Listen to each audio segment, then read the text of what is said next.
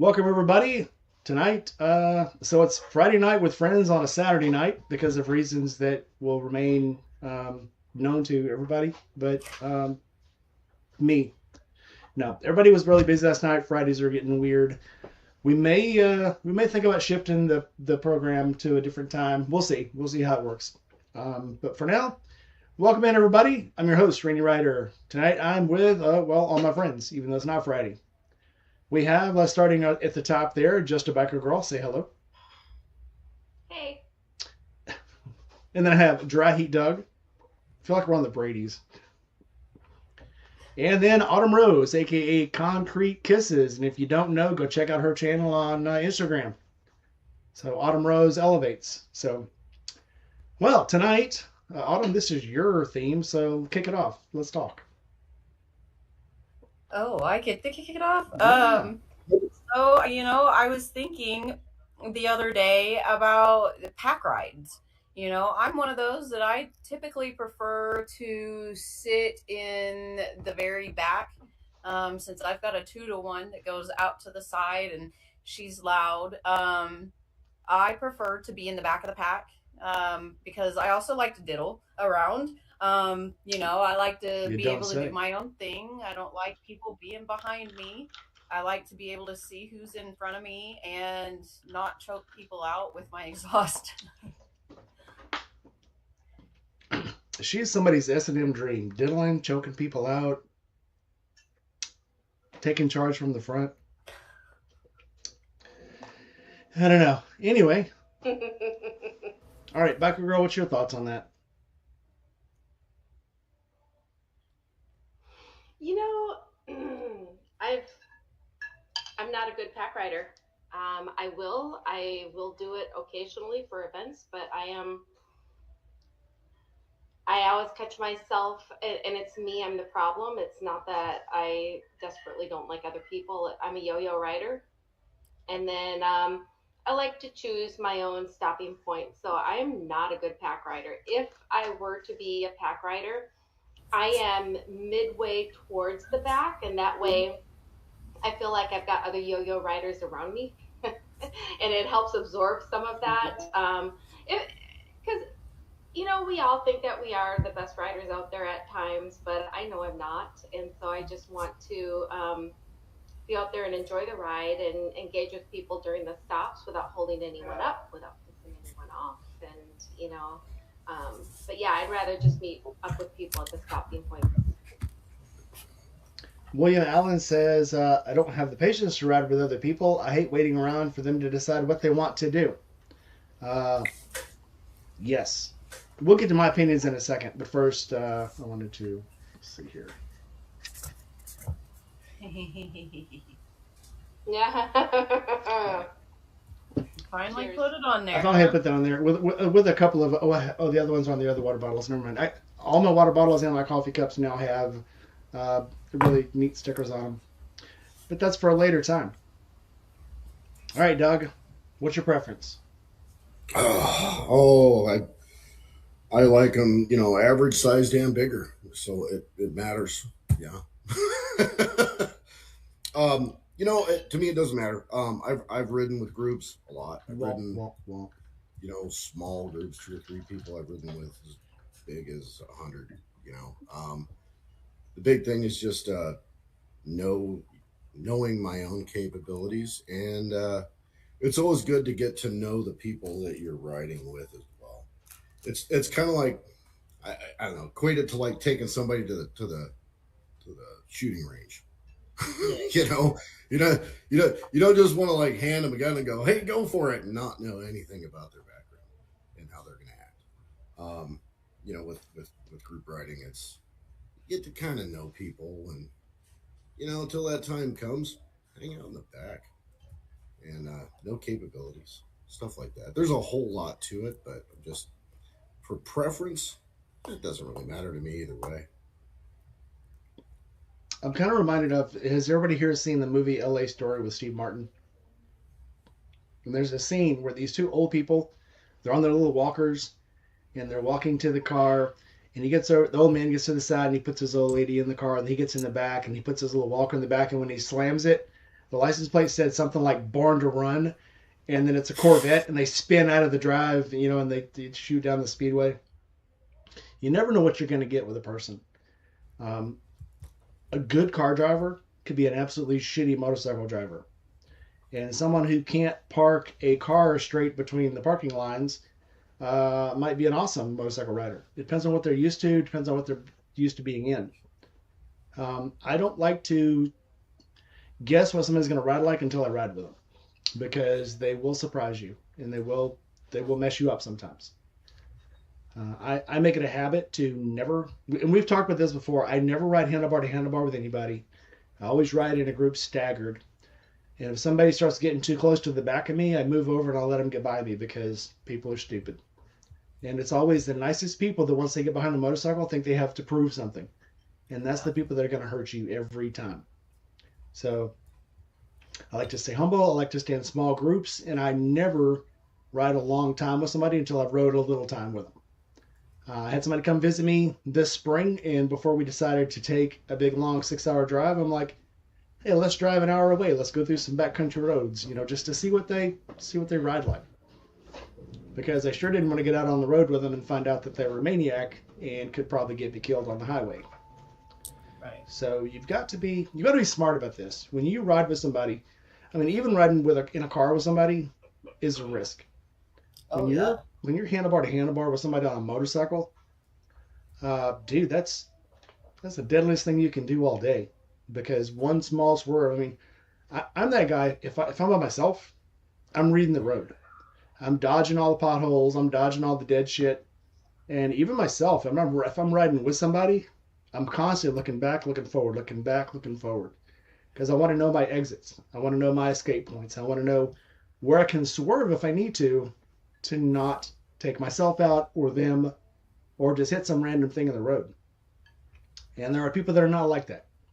You see them all the time. These people that could care less about what's on the road, and they're, again, more power to them if they're like that, but I'm not going to let them put my life in jeopardy. Right. So I think that brings up a really good point of ride your own ride and knowing when to feel comfortable enough to excuse yourself from a group ride. Give them the thumbs up and, pull yourself out of it. If someone else pulls over, hey man, I'm good. I'm, going my own way. And it can be a great group ride. Doesn't mean that it's a great group ride for you. And, Right. Pulling yourself out of it if you're the Jack Munch or everyone else is Jack Munches, but get the Hades out of there. Yeah, and that's also part of the responsibility of Sergeant at Arms. You've got somebody that kind of keeps an eye on everybody, and when you've got somebody that's riding too close to you, he's going to come up and go, "Hey," he's going to come up and start doing the hand signal thing, back off a little bit. He's going to point at him. yeah, So, if you're with a good group that's used to riding together, yes, they'll do that. It's the things that scare me are like the poker runs, the restaurant runs, the dinner rides, the places you go to where you have no control over anybody in that group. And I've been invited into. I think you hit it before when it's getting to know somebody. No. When you get a group together that nobody knows anybody, you've only just met a day ago or something. You leave a little more space. Leave a little more space. That's it, because you don't know how that guy's going to be. Shoot, there was a ride that I did with 3 years ago that that I knew 2 people out of probably the 9 or 10 that were there, maybe 11 that were there, and one of my very close friends and I we tend to ride side by side, the way you don't like. Well, I'm saying you got to trust somebody to do we've done that. it for a long time, and for a decade we've done it, and with no problems. But then again, it's him and I. I'm not going to do that with some stranger. But we had a guy in front of us that was just all over the road and didn't know his place in the lane, and they were staggered and doing their thing, and he's just everywhere. There's 2 sides to a lane. It's not just go wherever the hell you want unless you're doing single file. And this guy was all over the place and speeding up and slowing down and getting too close to the guy in front of him. And you could just tell he didn't have the skill level to be where he was at. And so we kind of backed off and we kind of looked at each other, and they took a break at a gas station, um, took a break at a gas station, and so we kind of pulled in and looked at each other, just kind of smiled and nodded, and then we walked over to the group leader and just said, "Hey, we're gonna take a trip down. He and I are gonna take off. We're gonna head down to Gilbert, and then we're gonna meet you guys over at the highway." And we took off and we stopped at a Circle K and got a white monster and a cigarette and kind of looked at the other and said, "Yeah, I got tired of being behind him too." And he was like, "Yeah, yeah, exactly." It was just we didn't want to watch that accident happen. Um, One of the things you brought up too is the breaking away from the group. Be careful with that. When you get a bunch of people that really aren't used to riding together, when you get somebody that breaks out of the group, you have the newer people that little and people that don't know that tend to want to fill that gap right away. Don't don't let yourself do that. Let that gap sit there for a minute. Somebody will come up, if they're going to try and make the group look pretty, which nobody really cares about anyway, but they're going to come up and tell you, "Hey, move up a little bit." Um, but most of the time, if somebody breaks out of the group, leave that spot there because they might just stop and fix their wallet, put it back in their pocket or something, and then catch back up and ease into their slot again. So if they try to do that and it's filled, it's not going to happen. I you know, liked. it starts getting into chaos. I'm glad you brought that up because it's something else that I always can gauge how good a ride's going to be on the pre-ride brief. Yeah, Um, yeah, and if and you have to, let's say I'm from the U.S. If I go to Britain and they have different laws there, my U.S. laws don't matter anymore. I got to follow British laws. So if you go for a ride and their rule is if you break out of the pack, depending on how long you're going to be out, we might open that gap, we might leave it, or they may say you have to fill in the back. They may say if it starts to open up, the front has to slow down. They may have to say if it opens up, the back has to speed up. Whatever their rules are, that's what has to be. And if you're not comfortable with those rules, then that's not your ride because you're eventually going to do something that's going to piss them off. Now, having said that, I've spoken about this before. I went on a ride with a group that didn't have their rules were we're going to ride, just follow the leader. Don't ask any questions, just follow us. And just so happens I had blown out a tire and I had to plug a tire and they just kept hauling off and leaving me. And finally I had no clue where these fuckers were going. I was like, you know what? Fuck these guys. And I left. And I went back to the hotel and they're like, "Where'd you go?" And I'm like, "You guys knew I had to stop every 30 minutes, put air in my tire because I had a plug." I said, "I don't know where the hell you guys were going." "Oh, we were going to look at them houses down in Nashville and we're going to drive through the rich and look at the mansions and shit." And I'm like, "You guys knew I had a flat tire. You guys knew I kept having to put air in my tire." I'm like, "And that's fine that you guys ran off, but don't expect me to try to keep up with you guys because I've got my own crises going on back here." And they were really upset with me about that. But I was like, "Dude, I got to do my own thing. Once you guys stop caring about how I am doing, I can't be with you guys anymore." And we had to, and I don't talk to any of those guys anymore because, again, this is the group that were very proud that they could ride through the pig trail at 100 miles an hour. And they were proud that they could leave people behind. And they were proud that, we were the fastest thing on the road and we ran off and left people. It's like, dude, if that's your ride, great, but ride by yourself. Don't get anybody else into trouble because you think you need to be this shittiest thing on the road. And that is an absolute sticking point with me. Um, and I love like Biker Girl was saying, ride your own ride. If you can't ride somebody else's ride, fall back on yours. Because at the point where you have to start trying to get to someone else's comfort level and not your own, you're gonna be in a bad shape. And and then it just reminded me, and this has never happened to me, but I'm curious if you guys have experienced this. Um, Riding, my girlfriend just this last year, riding with a group that she's very comfortable with, has ridden with, quite a bit, almost every weekend. And the one guy in the back wasn't paying attention, came flying up. It's amazing he didn't actually run into somebody. Came flying up and actually hit her saddlebag, knocked it right off of her bike. I don't think she'd made a payment on the bike yet, broke the saddlebag, so he had to, pay up and, replace a few parts on her bike. Nobody was injured, but that could have been really, really bad. And that is a group that you're familiar with. I So, had I had something like that happen, and he's one of my good friends, but it was a group ride. It was with the 405 riders, and this is why I like being at the back now, because I know my own ride, I know my limits, and I also yo-yo. I yo-yo, and I sit here and I do my own thing. I get in my music. I'm just I don't like having to pay attention to people behind me. But we were on this group ride, and it was a huge pack, and it was not long after I had started riding, maybe a year or so. And I remember we were on I-35 northbound, right near Edmond, in between Oklahoma City and Edmond. And I did my looks, to look and see. And next thing you know, my buddy comes up and he's woo. I mean, inches. He was on a Busa, and I think I was on Dirty Mama, which is my 15 Street Glide.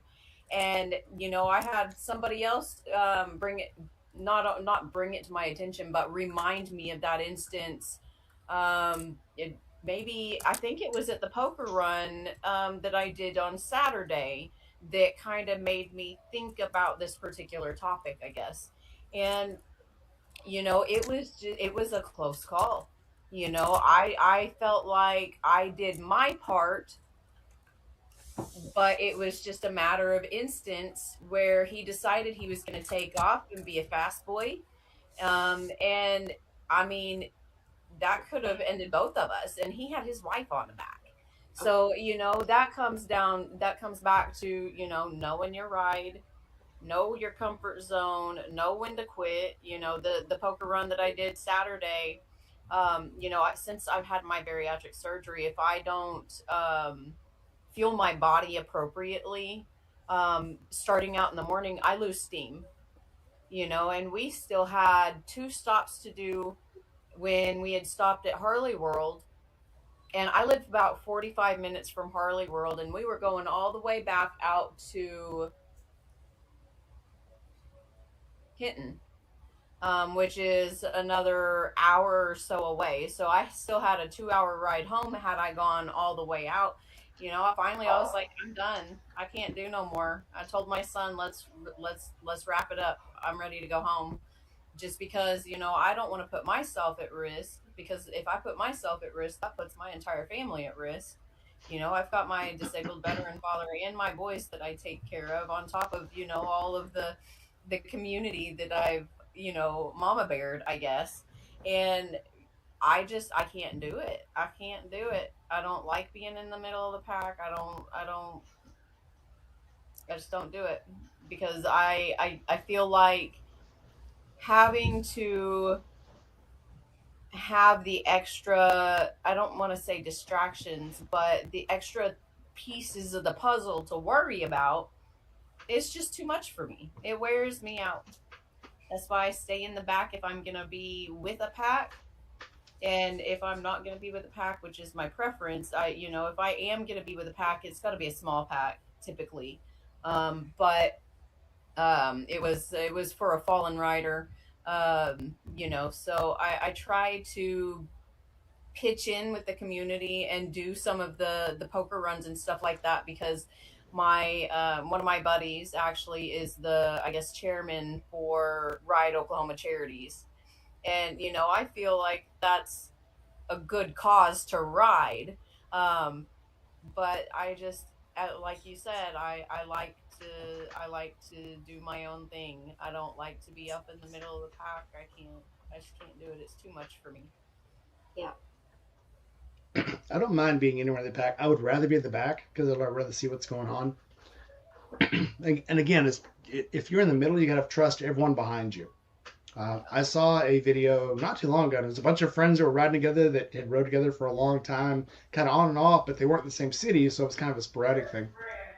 and they had gone to, I believe it was somewhere in Texas outside Houston, and all of a sudden they just half of them just took off, and they're cutting between cars and they're cutting around semis and stuff, and she's like, "What the fuck are they doing?" She goes, "I ain't doing that," and they all just took off and left her. So she's like, "Well, fuck them. I guess it's time for me to stop and get a drink." So she stopped. And she's like, "I know where we're going. I'll just see them when I get there, and I'll just be an hour behind everybody else." And when she rolled into the hotel, they were just rolling in. And she was like, "Where the fuck are you guys going? Where'd you go?" And she's like, "Oh, we wanted to go here and we wanted to see this." And she's like, "Could you have told me that before we left?" "Oh, we decided on the way." And it's like, "What?" Well, they had Bluetooth, like, who was it? Keith was just saying. They had Bluetooth, and they decided amongst themselves, without her being in the loop, that they were all just going to go see this other thing. And so they got in a hurry to go and just didn't tell her. I say that because it's very important when you're in a group. Once you're in a group, you've got to watch out for everybody in that group. You can't just decide on your own, we're just going to change the route, because one, you could be like, I rode with somebody in Florida that did not know where the hell they were going, and I just kept going, okay, well, I'll just follow them. Okay, I'll just follow them. They must know where they're going. And about an hour later, I was like, they have no clue where the fuck they're going. So I finally rode up beside him and I'm like, "Dude, where are you going?" He goes, "I'm not sure. I'm lost." Could you have told me that 30 minutes ago? I mean, because I was obviously, I knew, an hour ago we were lost. He's like, "Well, I think I know where we are." And I'm like, "Let me use my GPS. I'll get us back." So definitely communication in a group. There is nothing wrong. If you're in a group of like 4 to 6 people, if there's a problem, pull over. Somebody will figure it out. Don't try to lead especially if you're in the lead, by God. And if something's going on and you're not in the lead, wave somebody down, because somebody's going to be able to get a hold of somebody else in that group, hopefully. And if not, you just made your own group. Because otherwise, something bad's going to happen, and we don't want that ever. I remember being in a group ride one time on a toy run, and I always look way ahead because I try to focus on what's going to happen. And all of a sudden, I was seeing all the heads start doing this, popping, and it's almost like a little, like the inchworm thing, kind of heading toward me, and I'm like, what the fuck is up there?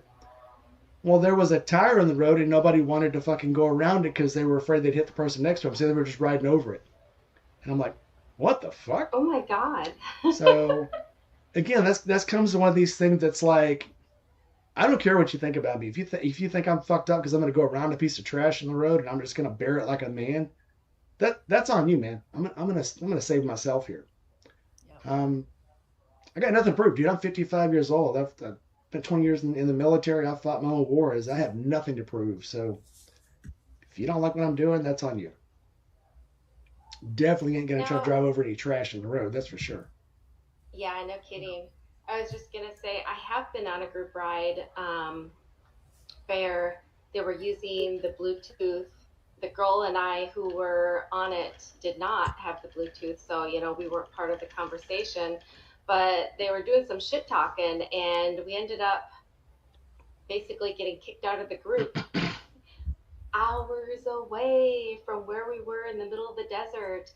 And it was one of those, I feel confident in myself. I'd probably ride out there on my own anyways. I felt confident about her. We've ridden together for years. But I still, to this day, am really offended that that would happen and that they would all just leave us in the middle of the desert like that. And near Kingsman. That's not the kind of people you want to be riding with, that's for sure. Right? Yeah, people I had never ridden with before, someone that she knew. I think it ended up being an ex-boyfriend situation, and so this shit talking got real deep and escalated into a huge shouting match in a travel plaza parking lot. It was like they all just turned around and rode away, and I just, oh my gosh, that happened. I'm so disappointed in you.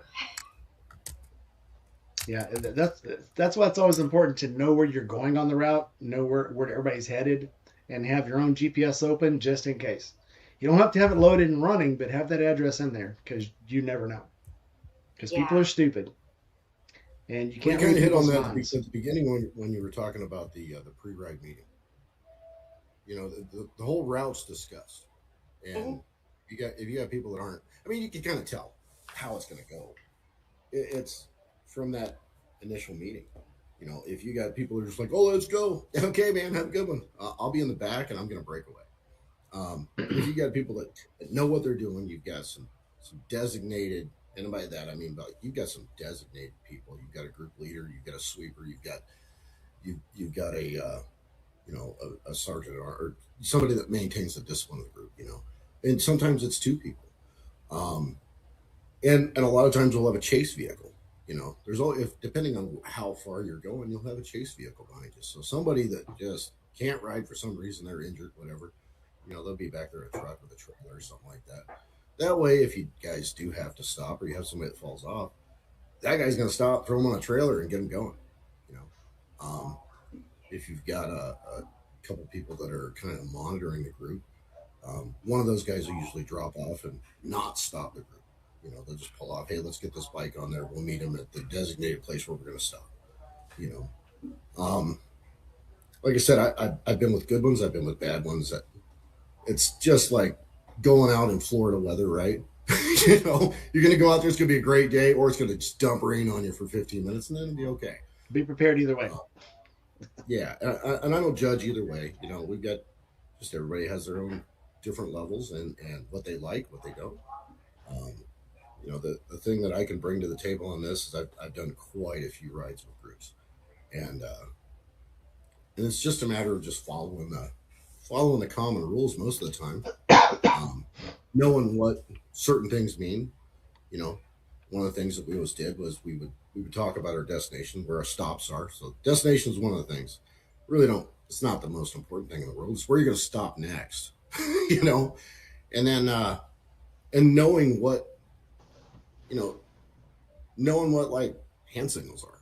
You know, um, and it's passing that along. And that, especially in active duty at one time. We kind of know this when something goes on, you tell the guy next to you. You know, and it just keeps going down the trench.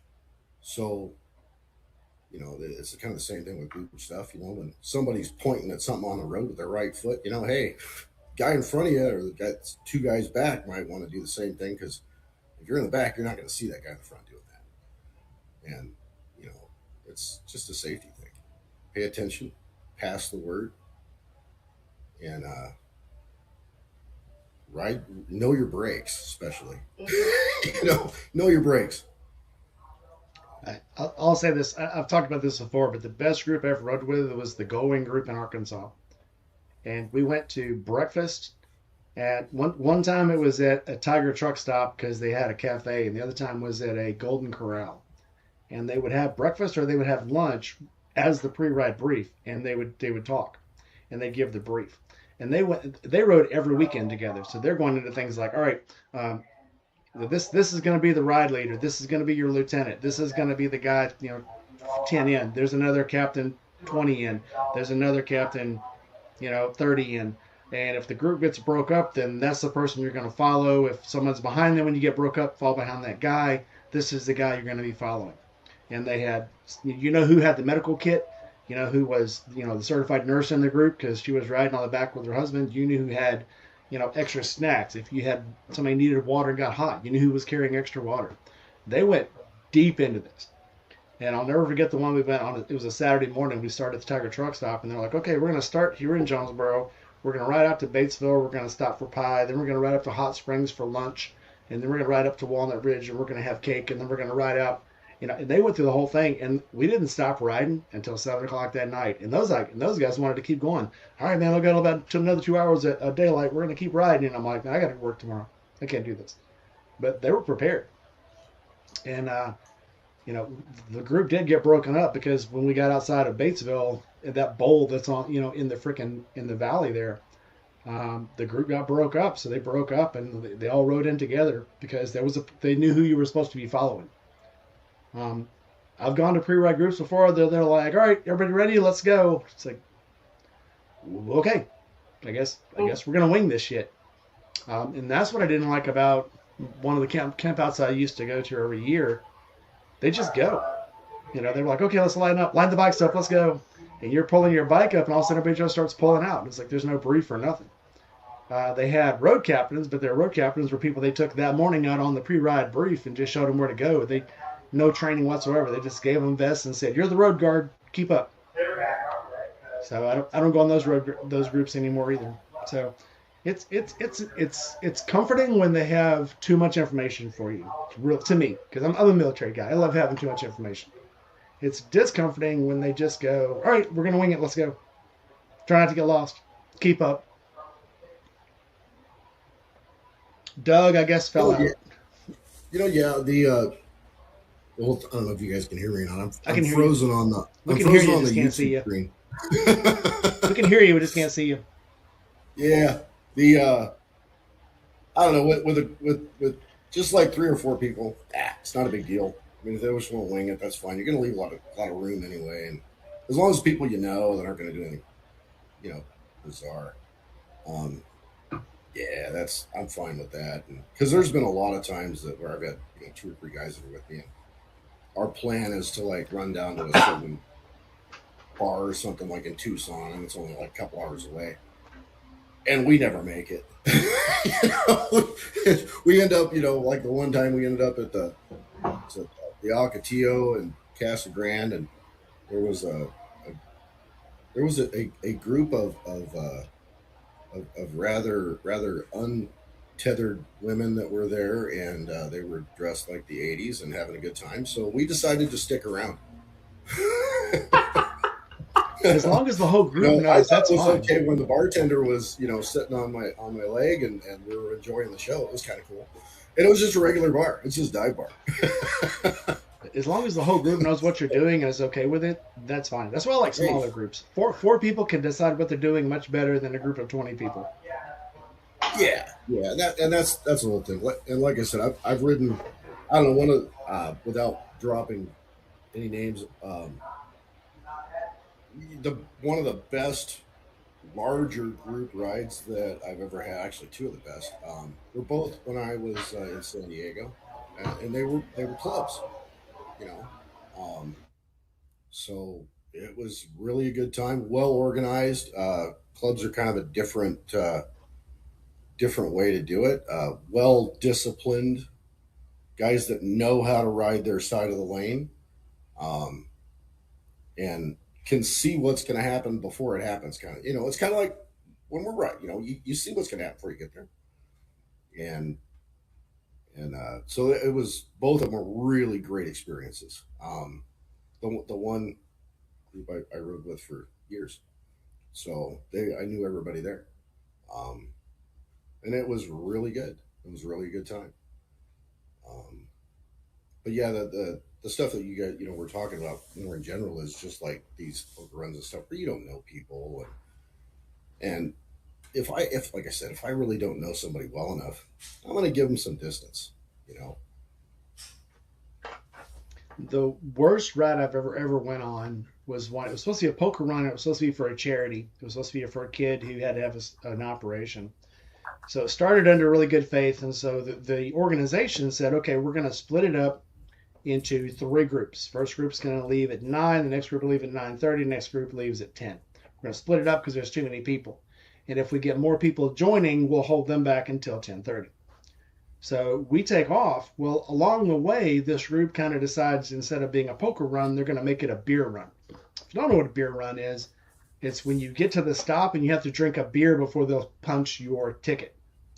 So they're kind of forcing each other to, oh, no, you got to drink a beer before you can get your ticket. It's like, no, I'm not doing that. Sorry. And I went ahead and went riding. Well, we went ahead and made it back to the Eagles Club, which was where they started in Jonesboro. And when we get back, we were in the middle group. So there was literally 70 people left before we did. We get back, and there's only like 30 or 40 bikes there. And I'm like, where the fuck is everybody? Well, the first group that went out, they decided to start drinking, and somebody ran into the front of a Mack truck on one of the back roads in where was it? Goobertown, Arkansas. Yes, there's really places called Goobertown in Arkansas.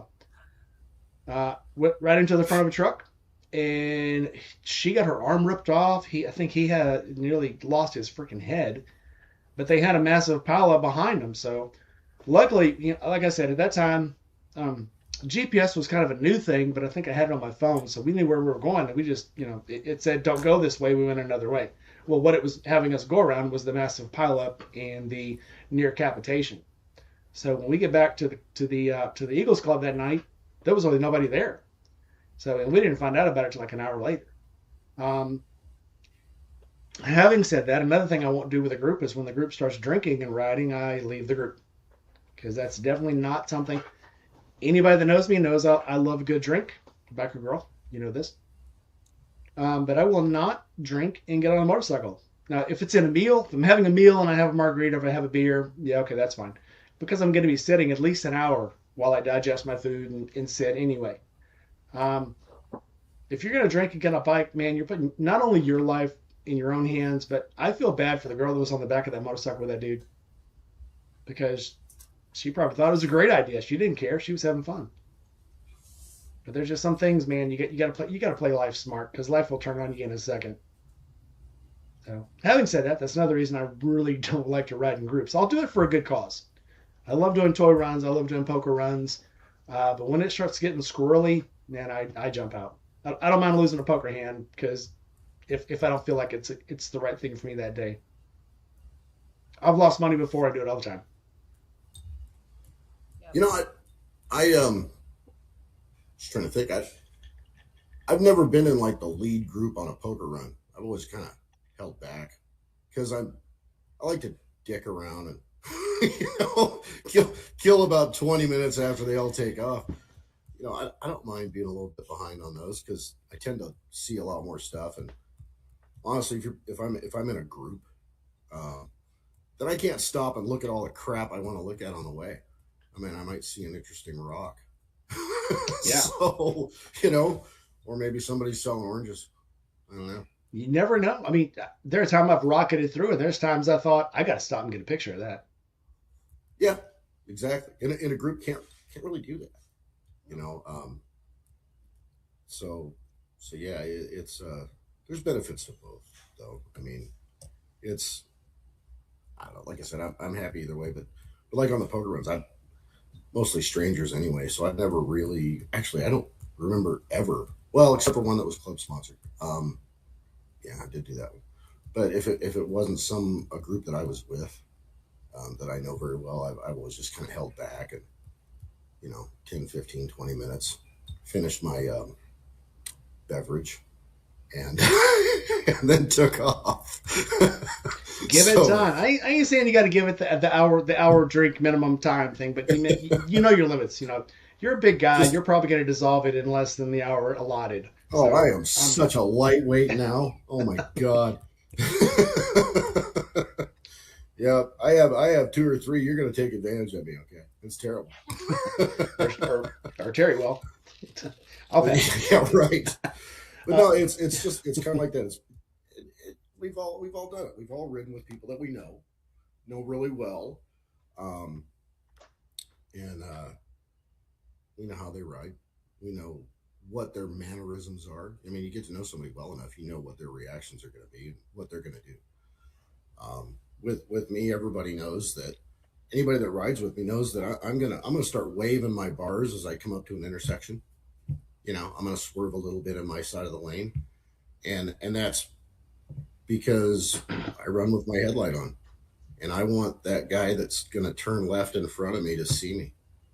So, I kind of give the wave, and it helps when that light's kind of going because we've got that nice level bar that does this, and they see some headlight a little bit and go, oh, there's a motorcycle riding towards me. I might not want to turn in front of him. Everybody knows that if I see a vehicle on the right side that's in a driveway, I'm gonna slow down a little bit. I'm gonna let off the accelerator. I'm gonna cover both brakes and my clutch, and I'm gonna be ready to stop right now. And anybody behind me better get on the same thing. So but it's one of those things that if I've got to know, they've got to know me and I've got to know them. And the way we do that is riding in those smaller groups, 2 or 3 guys, and when I say 2 or 3 guys, it could be both women and men. I tend to ride with women too. So, but 2 or 3 guys that are out there riding, we get to know each other, not on one fucking ride. I mean, this is something that's over time. You get to know somebody, and then it's like, hey, with any of the club stuff, you're always in the back. They want to stick you in the back. There's a sweeper back there's going to keep an eye on you. Usually sergeant arms somewhere in the middle. They'll drop back, they'll look at you, and they're going to come up and offer a critique if they need to, and just learn from it. Stay humble and learn from it. That's all I did, and it worked out really well. I've never had an incident with a group. I've seen them happen with other groups, but I've never had an incident with a group that I've been with. I guess it's probably a judgment call. I've never had it in small groups. It's the big groups always has problems with. Keith was just saying, I never liked it when people say to just run the red light so you don't get separated. So one of the times I went to Forgotten Angels, there's a girl with this named Sarah. Sarah had a 250. She was just learning to ride. She was down from Ohio, had trailered the bike down, was riding around with us down there, was having a great time. And the group, we went to leave. We had 10 people with us, and all of a sudden everybody's like, "Where are you going?" It's like, "Oh, we're going to breakfast." And all of a sudden the 10-person group was 30. And everybody's piling up, and so she started getting a little antsy, and I'm like, just hang with everybody. Nobody's going to leave you behind. Well, we get to a red light, and everybody had just shot through it. Well, I was ahead. I didn't see what happened. So everybody's just shooting through it. Well, her being a new rider, she freaks out, throws the brakes on, and all of a sudden she's by herself at red light because everybody's just zooming around her through this red light. No blockers, no flaggers, no yellow vests. Everybody just was rolling through the red light. That's a stop. And everybody's like, "Oh, you should have just kept up with us." And she's like, "What the hell?" And so luckily, one of the girls that was with us, Sydney, had saw that she stopped, circled back, and went back to her. She wouldn't even let go of the bike. She was freaking out, crying, because, again, this girl had been riding all of like 2 months, maybe. So she gets her pulled over to the side of the road. They park her bike up. She puts her on Seven's bike, and Seven drives her down to the cafe, and she's freaking out. Well, luckily, we had another friend who went down and picked up the bike for her and carried it back for her.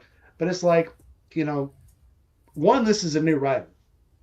Two, this is one of those circumstances that I hate where people go, "Oh, just do what everybody else is doing because they can't stop us all." And that was what they were saying when we got to the cafe. "Oh, we can't stop us all. Run the red light. What you gonna do?" It's like, no, this is a safety thing, because all it takes is one person. I remember seeing this ride where it was a charity ride. Everybody just rolling through the red light. Well, there's a gap, so this car decides it's going to go ahead and drive because he's got the green light, and a motorcycle T-bones him. And the first thing everybody's doing is like, "Duh, don't you know we're in a charity ride? You're supposed to stop for motorcycles." And the driver's like, "Fuck you guys talk about? I had a green light." There's a point, and I hate this when I see it on Instagram, and I pile drive these dumbasses. I'm a motorcycle driver. I've been riding motorcycles for 45 years. But when a motorcycle misbehaves, the only person that should pile on them more than anybody is another motorcycle rider, because they're not going to listen to a car driver. And until we stop our own people from doing stupid shit, and that's no matter what category you're talking about, you need to police your own stupid people who are making you look bad. And that's definitely one of them. And these people that are all like, "Oh man, didn't you see that guy pull out in front of me while I was doing 110? Fuck that guy, man. He cut me off." And it's like, that guy didn't cut you off. 110. You rolled through 110 and T-boned his ass yourself. That's all you. You needed no help being stupid all by yourself. You did a great job being stupid, and it's all on you. But I know we see it on Instagram every day, all these riders that are like, "Oh, I'm on a motorcycle, man. I'm bulletproof, man. I'm immune to all the laws. Why you guys trying to beat me down? Don't you like motorcycles?" And that's what we need to get against. And again, I'm not above. I have done stupid shit on a motorcycle, but when you get busted, when something happens, you have to own it. You go, "Yep, that was me. I was being stupid. It's all me." That does not mean I'm not going to do more stupid shit later, because I will. I promise you. But you have to own that shit when you do it and go, "Yep, that's probably something I shouldn't have done." And we've all said it. We've had that dumb shit happen and go, "Shouldn't have done that. I shouldn't have done that." You've got to stay modest. You've got to stay humble. Otherwise, you're not going to be long for this world. I don't know. With groups, it's you're with the group. You follow the group rules. Once the group is going to get you killed, leave the group. You're not part of that group anymore. No, and I'll be fine with that. If I'll you're be into fine another with group, that. go find another one. That's really. Yeah. I mean, and we were talking about that. With people that you don't know, I choose to give them a lot of room. And like I said, even like these poker runs where I don't really know a lot of people, I'll let them all take. I'll let the group take off. I just don't want to ride with a group where I'm going to be the odd one out that doesn't really know how they ride. Um, my first experience, I guess, with a group ride. God, that was a long ass time ago. I don't even think I had a driver's license. And well, I mean, I had an ag license, I feel very righteous. I didn't mean to be that righteous, but I feel but very righteous. it must have been in Mexico. Anyway, it was a group of club members, who were past riders. We were riding to a bar. I must have been 21. Of course. Anyway, so we were riding to a clubhouse, and these guys, I'm on this bike that I literally made the frame on this bike, you know, and we're on the freeway and we're doing like 85, 90 mile an hour, which I was not used to. And what I really wasn't used to was when the highway patrol officer was in one lane over and we passed him. I wasn't used to that either. And all I kept thinking was, wow, if I'm going to get in trouble, at least I'm going to get in trouble with everybody else. But yeah, I guess it was kind of an understood thing at the time. And when we got to the clubhouse, the guys kind of looked at me and said, "Yeah, you kept up pretty good," and was like, "Yeah, I'm gonna go pee now." Yeah. Because I almost did back there when we passed that cop. And some things, I had some things explained to me a little bit, and how to interact. And I just said, I think I want to kind of slow down a little bit on the way back. And fortunately enough, I was with three guys that took that request and lived with it. We weren't doing 90 mile an hour anymore, but we weren't doing 55 either. So that's the don't be an asshole rule.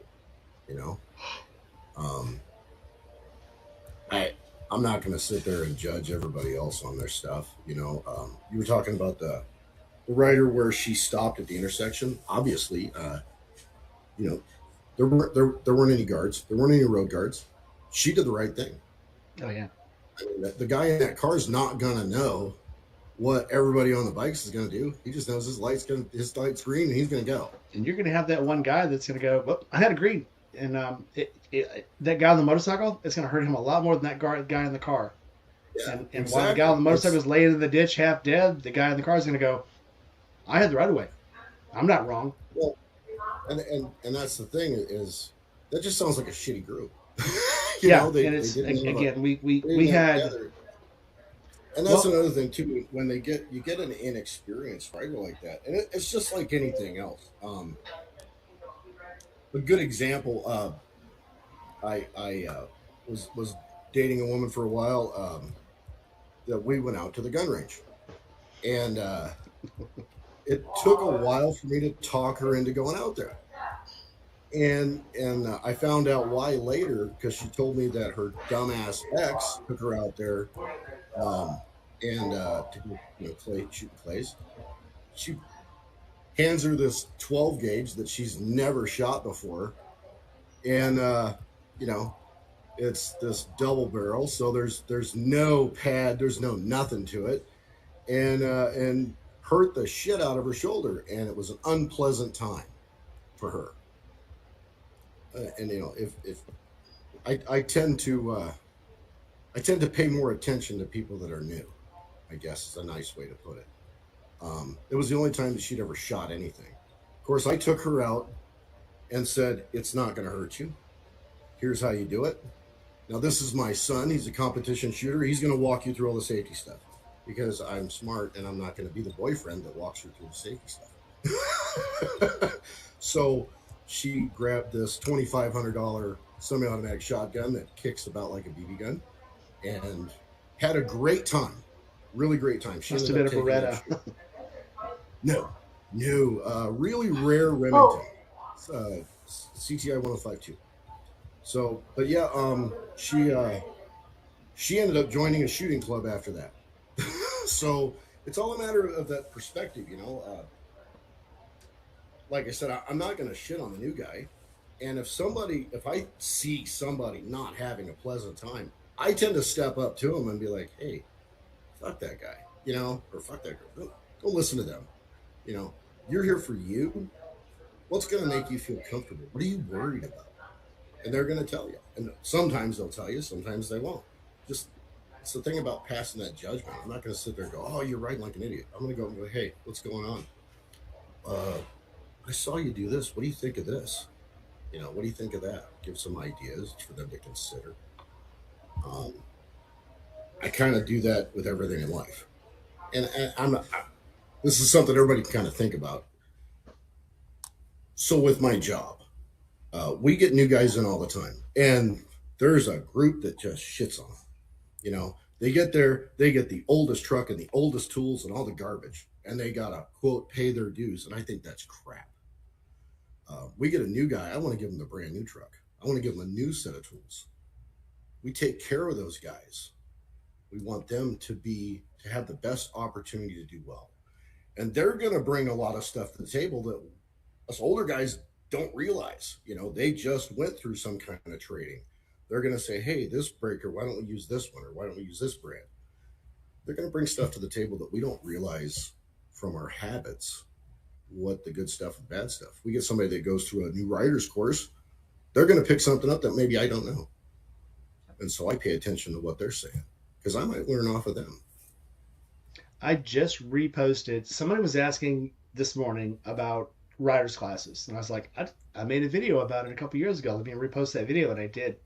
And one of the things I Oh, I said saw in that that today. well, one of the things I said in that video was I love going to these classes and watching new writers and watching new things because there's things one there's things you forget, but two there's things, and again every class has things that can stick and things that pass, but they're trying to throw you the newest knowledge out there. Some of the stuff sticks, some of the stuff they're changing in the next year, but there's always something new to learn because bikes are constantly moving. You know, they would never have 20 years ago, they would have never even thought about saying, okay, let's try to lock up your brakes and let your ABS kick in. That's nothing something they would have trained 20 years ago because it didn't exist. That's something you have to relearn now. A guy that from 20 years ago that was just ripped out of of the early 2000s and thrown into today and said, hey, here's a brand new motorcycle, learn how to ride it. It'd blow his fucking mind. What? It's got fuel injection. What the hell is that? Holy shit, that's really sharp. What the hell's with this? Hey, what's happening to my brakes when I hit them real hard? Oh shit, man, I tried to do a burnout, it wouldn't do it. What the hell's going on? Because you got to relearn everything. But Yeah. By the way, fuck you for doing that to me and making me get the BMW because it's a fucking awesome bike and I it know, has right? ABS. It's you Had can to turn it relearn off. that shit. You can turn it off. But, I think you hear people talking shit all the time about new bikes with controls and with they call it the nanny system. That nanny system has saved me again, and I'm a year-round rider, so I ride on snow, I ride on ice, I ride on rain. That has saved me quite a few times. And there's nothing, again, there's nothing wrong with learning how your bike rides and learning how to ride it correctly without all the backup systems. However, Yeah. those are safety systems for a reason, and I have my ABS turned down, but when it rains, I've got rain control on because, dude, Yeah. they're rebuilding all the roads here. They're slick. There's new asphalt on them. There's new tar down. These roads are dangerous, and anything that can help my old ass, who's I'm starting to lose reflexes, I'm starting to lose my timing. Anything that can help that, fucking thumbs up. I'm all about it. That new Harley that I got, that's got that. And when I took off from the dealership, I was like, I'm gonna get on it, you know. I'm gonna get on it. I'm gonna kind of get on it and maybe leave a mark on the road as I round the corner. And it didn't do that. And I was like, I almost dumped it. I was like, holy crap, it killed power. You know what the hell? It won't go. And I realized, oh crap, it's the systems that's on there. Gotta And disable you this. can turn one button. I'll turn it off. I mean, it's just like any car. You can turn the ABS off. You can turn off, skid Yeah. control. However, when I wasn't used to that. daily driving, that's what it's for. If you really want to get out and rip on it, you can turn it off and it'll be fine. But going back to your new guy theory, I think there's just too many people who like to watch people suffer. And I don't think they mean it maliciously. I think they remember when they had it hard and they want other people to have it hard too. Again, there's nothing wrong with learning from the self-correcting error theory. However, um, you want people who are doing something new to enjoy it. And if they don't enjoy it, they're not going to be around long. They're going to quit. So I remember, Doug will understand this. Biker Girl, you might. You shoot. We went to Fanfire in '05 and had a lot of new guys in there, had never touched weapons before. So we had locked back the receiver on the new M9s. And the instructor said, "See that silver thing inside that hole? Push it." Well, the guy next to me went to push it. I said, "Don't you fucking dare, dude. That's the slide release." And you heard all these releases snap and people going, "Oh, shit, shit." And the instructor goes, "I bet you never do that again." I'm like, what the fuck? That thing can chop your finger off. If you have a new gun right out of the freaking package and all the clearances are very tiny and all the edges are so sharp, you can lose your finger doing that shit. But the instructor, for some reason, thought that shit was funny. And there were a lot of bloody fingers. But he thought it was funny. Why? Because Was he's an all the air? asshole. He's a fucking Did he asshole. still have all? Did he still have all the air in his tires when he went to the parking lot? I'm sure somebody got his ass for that. Yeah. But yeah, he thought it was funny. Luckily, though, my partner, my little table mate, I didn't let him do it. I was like, don't do that, dude. That's fucking stupid. What the fuck? Or he would have done it. Again, you're looking at guys who, again, when the Navy started deploying guys from admin positions and from shipboard positions, you got guys who the last time they touched a gun was that chambered down 45 in boot camp that was chambered down to 22. That's the last weapon they probably saw. And so now all of a sudden they're like, "Oh, by the way, you guys are boots on ground. Let's go weapon training. Let's get hot." You're not going to leave a good taste in their mouth on the dirt side or the brown side of the Navy.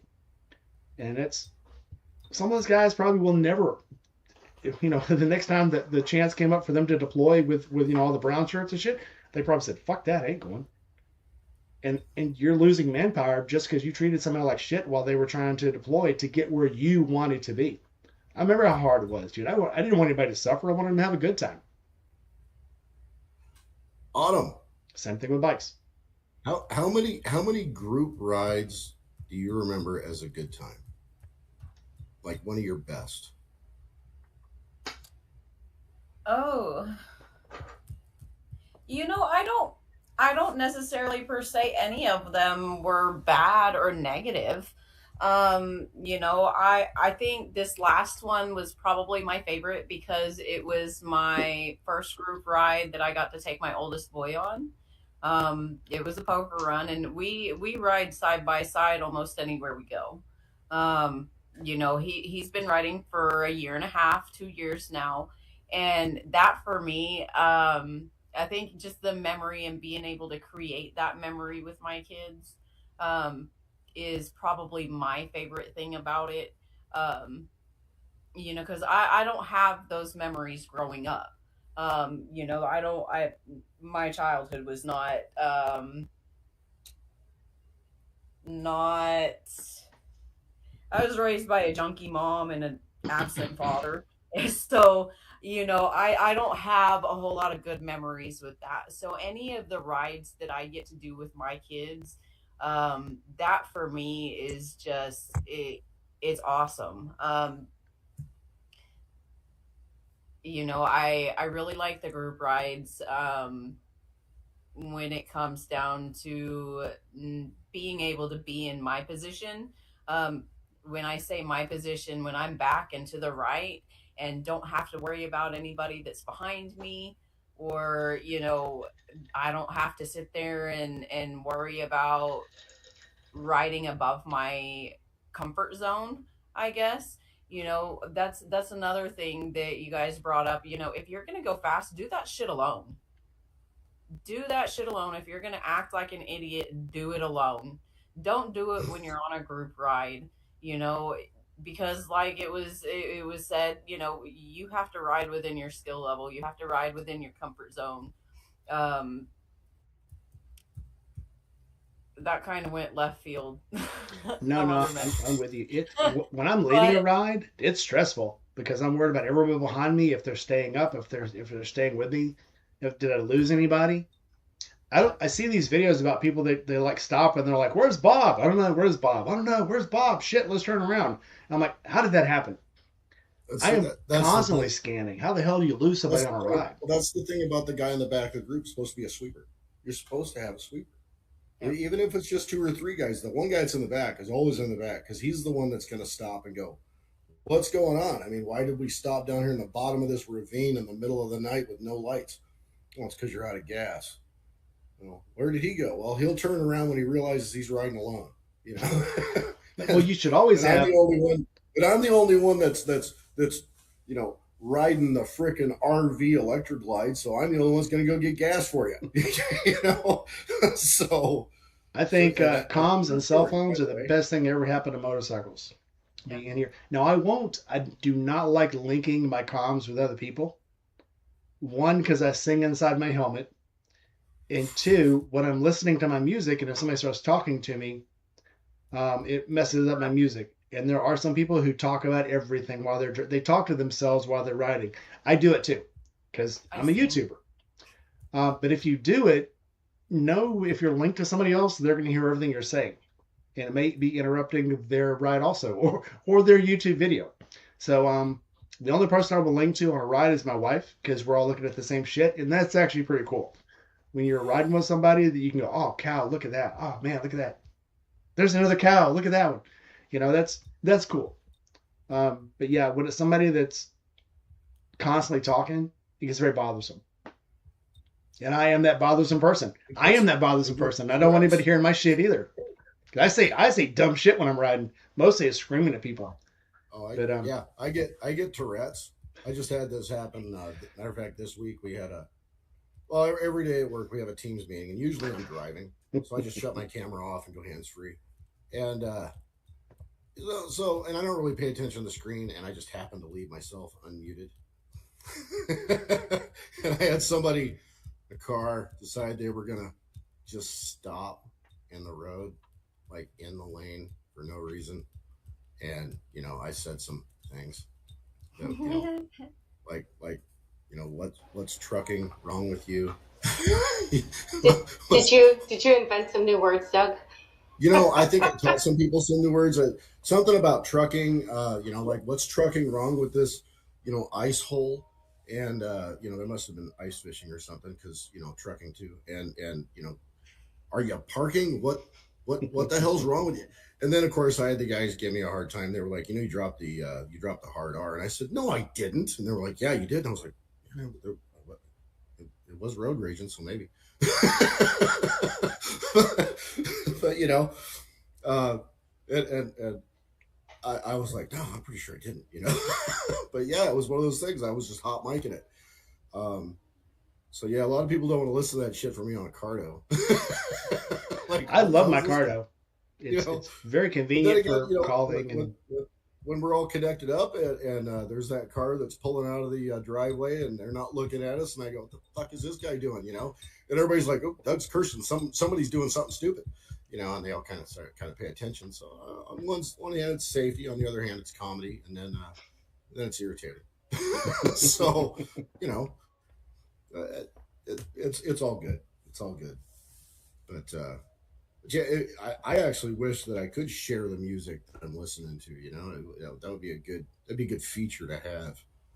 You I can can do it share it with so my on wife. my Yeah, cardo, you can do it. I can share my whatever I'm listening to. I can share it with her.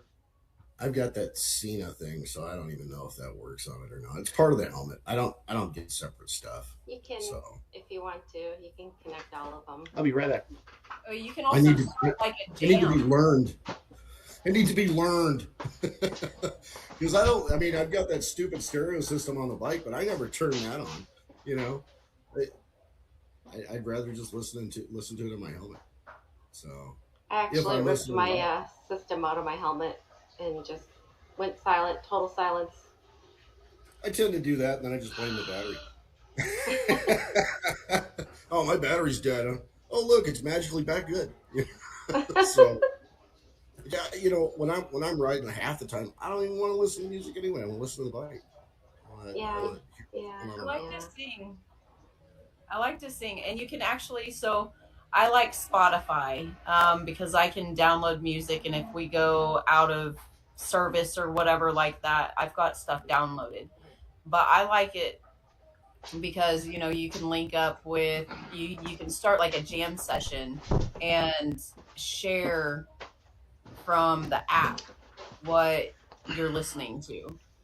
Oh, nice. But as far as like a Cardo system, and Keith said he uses a ham radio setup, and I think something like that where you have a push to talk system, or even like if you could link it up as like a keyword to be able to talk. I think that would be great because I'm one of those. I like to sing. I sing. And I'm not a great singer by any means. Like I'll do karaoke, but it's questionable. Okay, um, there's a reason I stick to karaoke when everybody else is drunk. um, but when it comes down to it, I don't want everybody else being able to hear some of the things I say. I don't want to hear what everybody else is saying because, like Rainey said, I want to be able to listen to my music if I'm going to listen to music. There are occasions where, like, I don't want to hear anything or anybody else. I want to hear my bike. Yeah. I spent the money on my exhaust system and have a cammed out bike because I like the way it sounds. I don't necessarily want to hear everybody else's nonsense. We I do would. have a push to talk function on the bikes for, setting up like a citizens band radio. I've never looked into what you have to do to actually enable and use that. Has anybody used it? I know the old Goldwings had it, like the Alpencades. They had a push to talk where you actually plugged your headset into the motorcycle, Hmm. and I Yeah, know those Harley occur Harley has that too. on the Cardo. You can turn off the alert to speak, where you have to push the button to talk. I love my Cardo. Thank you. You're welcome. Did you use my That was link? the best advice ever. Did you use my Love link? these cups now. Cup is my best friend. No. I get promotional stuff for that. So if anybody else is gonna buy a coldest, use my link. I'll send it to you. Okay, shit. I'm always looking for. Well, hang on. Hold it up again. I think we talked about this before. It's got to fit into my cup holder. They will. It does. It Well, fits perfect they everywhere. will, depending on what kind of cup holder you have. That would have fit on my Plus, old cup holder. It won't fit on my it's new got one. an awesome design, and somebody put a good sticker on it. So it's all Stickers coming in. I'm gonna need addresses so I can send stickers out.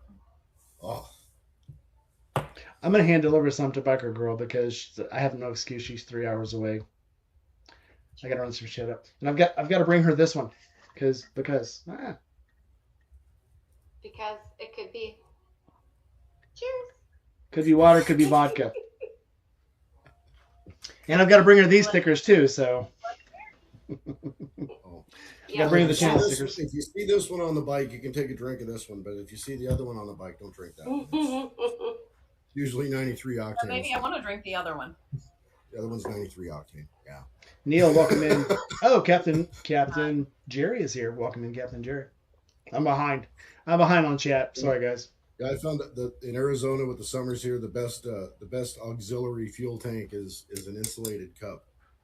So Mississippi's the same, dude. It yeah, gets they so don't, they freaking. don't pop the lid off. Dude, So I've got to. So yeah, usually if I stop, I'll get the big tea, and then I drink half of it, and the other half goes into my drink jug. And you've got to time it sometimes where you have to make yourself drink because you've got to make yourself stop and pee. Otherwise, when you do go to stop, the legs don't respond well. So you've Yep. got to. I have tried that. Okay, I'm going to stop every 100 miles. And then I'll look down. I was like, I don't feel bad. I hit 100 miles. I don't feel bad. I hit 150 miles. I still don't feel bad. Because now I've got my last 3 bikes have had 300-mile tanks. But then you got to go get off at 150 miles, and it's like your feet don't want to fold right. And it's like, shit, I should have stopped earlier.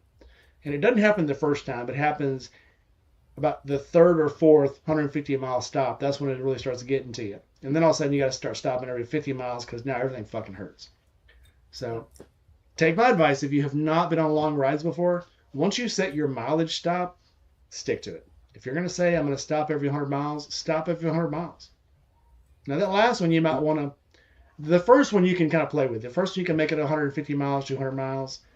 After that, stop every once in a while because you're just fucking your body up if you don't. There you go. I said my piece. I have no problem with that. We're going to stop at least every 150 miles. Otherwise, I'm going to run out of gas. So, but yeah, and yeah, for writing time, I'm really terrible at that because I'll just keep going. Yeah, I've got to make myself stop sometimes. Oh, short rides, it doesn't matter. But long ones. How you feeling? You just want to ride all night? You know, let's go. So, but then again, when I stop. I take a break. You know, it might be 10 to 20 minutes. So it's a nice part about smoking. It's not a vape. So I have time to think about what I'm doing. So, you know, if I didn't smoke, I would probably say some things really inappropriate at work. Okay.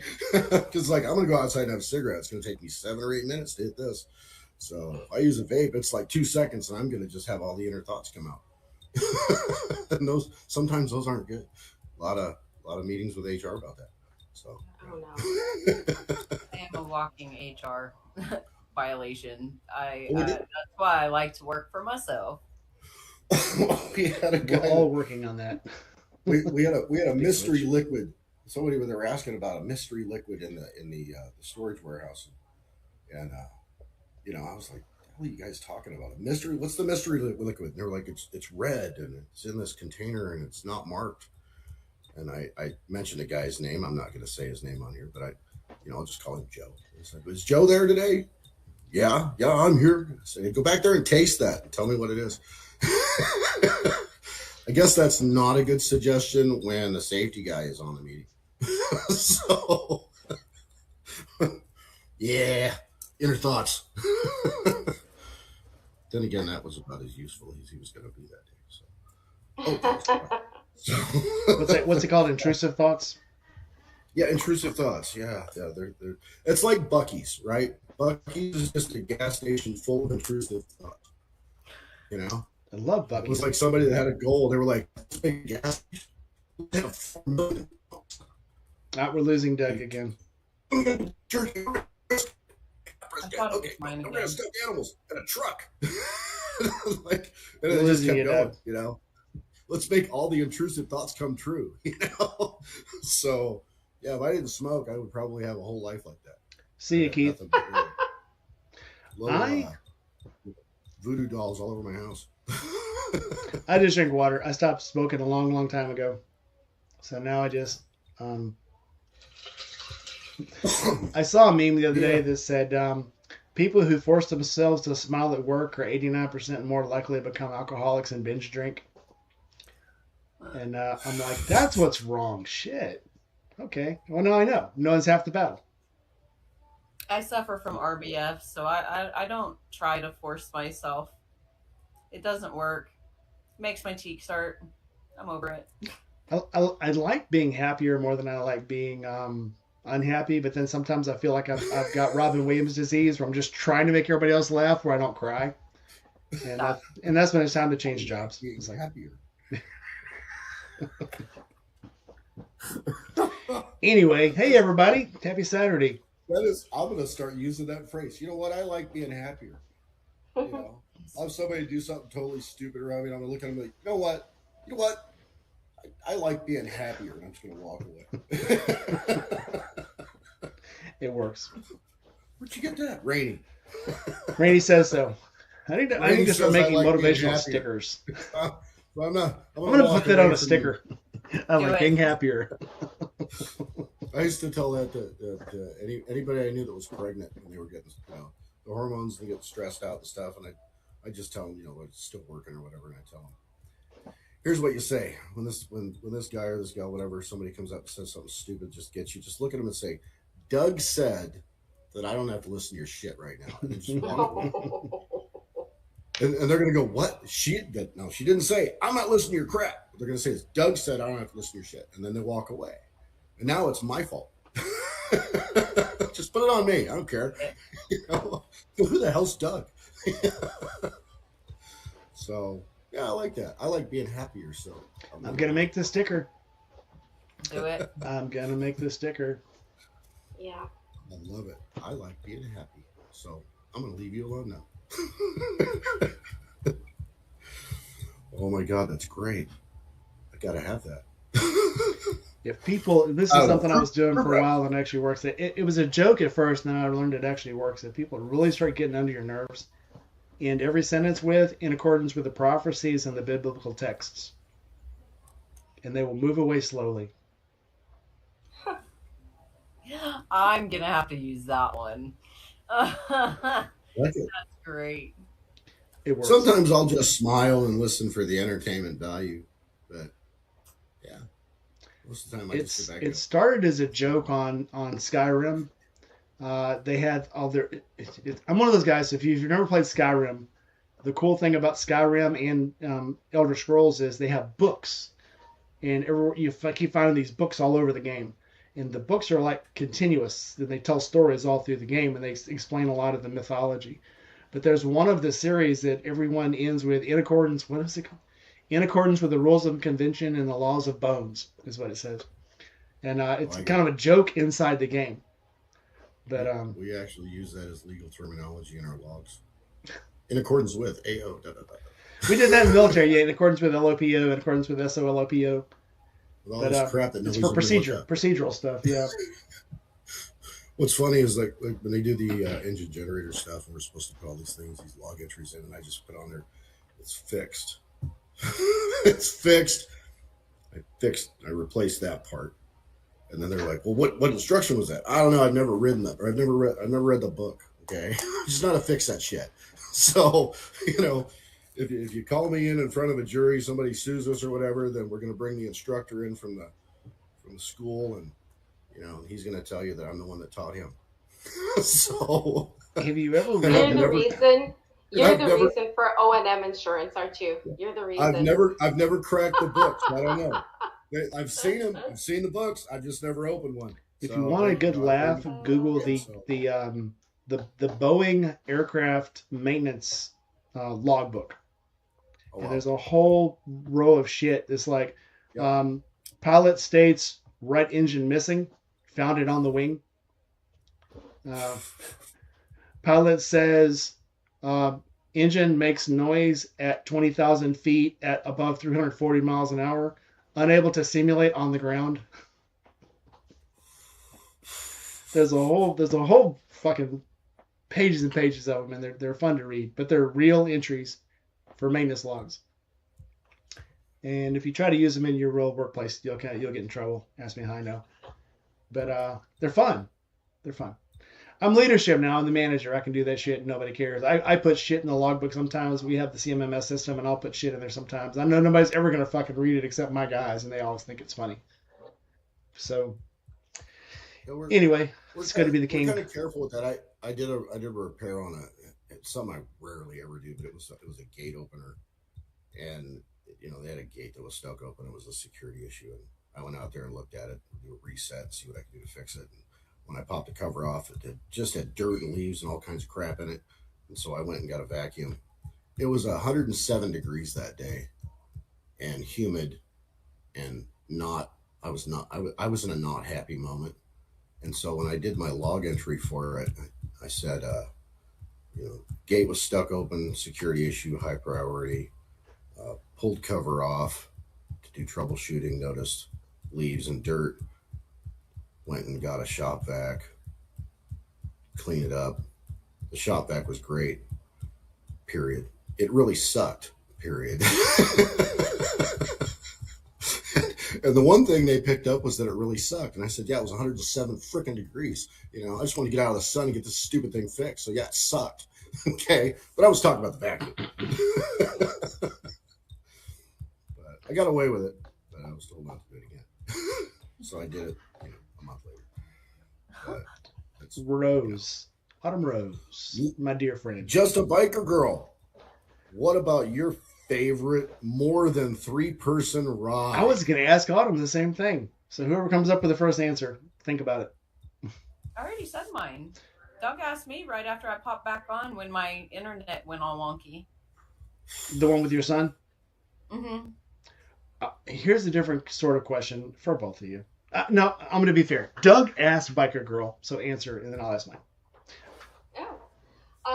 My favorite more than 3-person ride was actually a huge group ride with the Orange County Hog chapter, and there was 76 motorcycles, and we went on a 5-day trip, and it was great. The rules were very well established. They had plenty of what do you guys call them? Captains, ride captains, cheer guards, making sure you're Cheer having a good guards. time, keeping you in the right That's something location. different, Cheer Girl.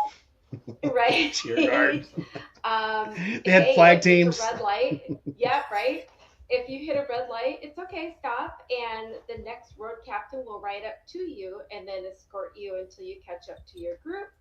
It was all well negotiated ahead of time, and so you knew exactly what your expectations were. You knew exactly where you were stopping, how often, blah blah blah blah blah. Better get gas when you stop for the day, so you start out in the morning with a full tank. And it was a really great ride. And I will say that riding with them not only taught me how to ride in a group formation. It's still not my favorite, but also you see some places that you will just never see on your own. They spend time putting these together, organizing them, and it was fantastic. Every group ride with the Hog chapter was actually fantastic. I just realized something. I have not interviewed Autumn yet. Do it, do it, do it, do it, do it, do Because it, do we kind of talked about it for a little bit, and she's like, "Oh, I'll wait till people get to know me better," and it's like, and then it. it just kind of got swept under the rug. Just sweep it right Adam, back under the No, rug. no, no, no! I no, got to no, get you no. in here That shit's out in the air now. because I started asking you this question, and then I thought I must have asked her that on the interview. And let's see if she'll just say it again. And then I guys like, I have not interviewed her yet. So yes, we have to do the interview. So we'll make this on a I'll make it a weekend thing. But my question is, so if I were to come visit you and I'd say, Autumn, take me for a ride and take me somewhere to eat, where would we go? Oh, my favorite little strip has to be pretty close to my place. It's down South 102, south of Highway 9. There's just this one, it's such a scenic view for me. And it's one of the first, like, little rides that I went on by myself after I started riding. And it's farmland, but it just opens up so beautifully that just the entire 360 scope is just phenomenal. But I will say, South Highway 81, south of I 40, we took that from Hinton to Chickasha, and that was a phenomenal ride. That was with the poker run last weekend. It was an absolutely beautiful ride. As far as food, I mean, I guess that would depend on what your favorite food is and what we felt like for the day. Your Um, favorite food. And this has to be uh, yours because you're showing I me the best. I may not like something, but you're like, you've never had it here. Come try it here. my favorite thing is Cholinos or lingua tacos from the taco trucks. I'm all about So tacos. I Cholinos is a Mexican place, and I don't know if it's nationwide or anything like that, but I do know that it's here in Oklahoma, around the metro area, and that's probably one of my favorite little places to go to eat. So I'd say probably that because everybody has a Texas Roadhouse, everybody's got the big chains and stuff like that, but Cholinos has probably some of the best Mexican food and really good drinks to go along with it. So I'd probably say Cholinos. they've got a pretty vast menu. But there are a couple other places that I could think of. I just can't think of the name. There's like a Trace Tequilas or something like that that my ex and I went up to, and they had some damn good food. Um, but I think maybe the Highway 81 would probably be a good ride, a good ride. It's got great scenic views. It's through a couple small little towns, um, and it. I don't know. It's just a good scenic. Okay. Doug, same question. Wow. Shoot, there's so many good places. If you were here, actually, if you all were here, uh, well, I always like to meet up at my house because it's easier for me. And then we'll probably take off, head through Wickenburg, which is probably going to be a good 45-ish minute ride out to that, and then go up 89A into Prescott, stop at the Palace. It's an old bar restaurant on Whiskey Row. I don't know, there's a whole history there on that place. Great food, great service. I'm not being paid, but the Palace is pretty awesome. Um, it's kind of an older place. When the building burned down, all the cowboys back in the day, miners and stuff, they literally picked the bar up and crossed the street and set it in the yard at the courthouse so that the bar wouldn't burn. But they lost the building, so they had to rebuild the building, and then they moved the bar back inside. So they had their priorities. Anyway, it's a really good place, Palace. Park in the back. Then and there's also motorcycle parking on the street too. They've got one of those little Harley boutique shops that's right there. Um, Probably pick up a couple of chips there. Then through head up through Jerome, um, Cottonwood, Sedona area. Cross up from up there, get to the 17, run the 17 back down, stop at Munds, Munds. Probably stop at Munds for a break on that one on the way back down. Um, yeah, that would be the number one trip. I think it'd be a good, enjoyable trip too. It was. I don't know if you've seen any of the videos and stuff. There's a lot of people have done videos up riding through Jerome. Jerome's a good stop too.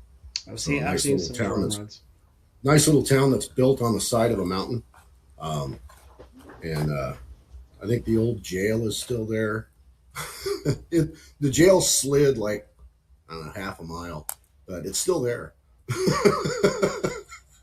So it's just a lot of stuff to see, a lot of cool things. And yeah, that's where I would go. I think that would be a great trip. Sweet. Oh, I forgot to talk about my shirt. I have a friend who works for a CIJ printer company, and he was up in Columbus and went to the Iron Pony. If you've never been to an Iron Pony, it looks like they took a Walmart, stripped it of everything, and filled it full of motorcycle stuff. So it's got dealers inside. Any company, any motorcycle company you could think of is in that building, along with all the gear, all the rider stuff, all the accessories, all the aftermarket stuff. It's basically is a freaking old Walmart that they converted, and it's two-story. Whether it's an actual Walmart, I don't know, but it was some super center of some kind. It looked like maybe an old mall, I don't know, but it's 2 stories, and it's got so much shit inside it. So if you ever go up to Columbus, Iron Pony, stop off. You'll Yeah. love it. Oh, And he got by me a the way, shirt if you there just because he wanted, was up there. if we were just doing a short ride, there is one other place that I would go to. Short ride, we would go here. We'd go to this place, which, yeah, we would go to this speakeasy. It's called the White Rabbit. Uh, it's one of those things, one of those places that you go to. It's downstairs. You get to a door that says no admittance. You knock on the door. You give them a password. They let you in. So yeah, What's the it's a really password? neat place to go to. Yeah, there's a password to What's get the in. password? I've been sworn to secrecy on the password. I Well, can't give it. in case you didn't But know, that was Jack you Daniel's have club. to you have to During know somebody Prohibition, to Jack get. Daniels had a club called the White Rabbit, and it was a secret club. Yep, it is. This place, it doesn't. There's this symbol that's painted on the bricks.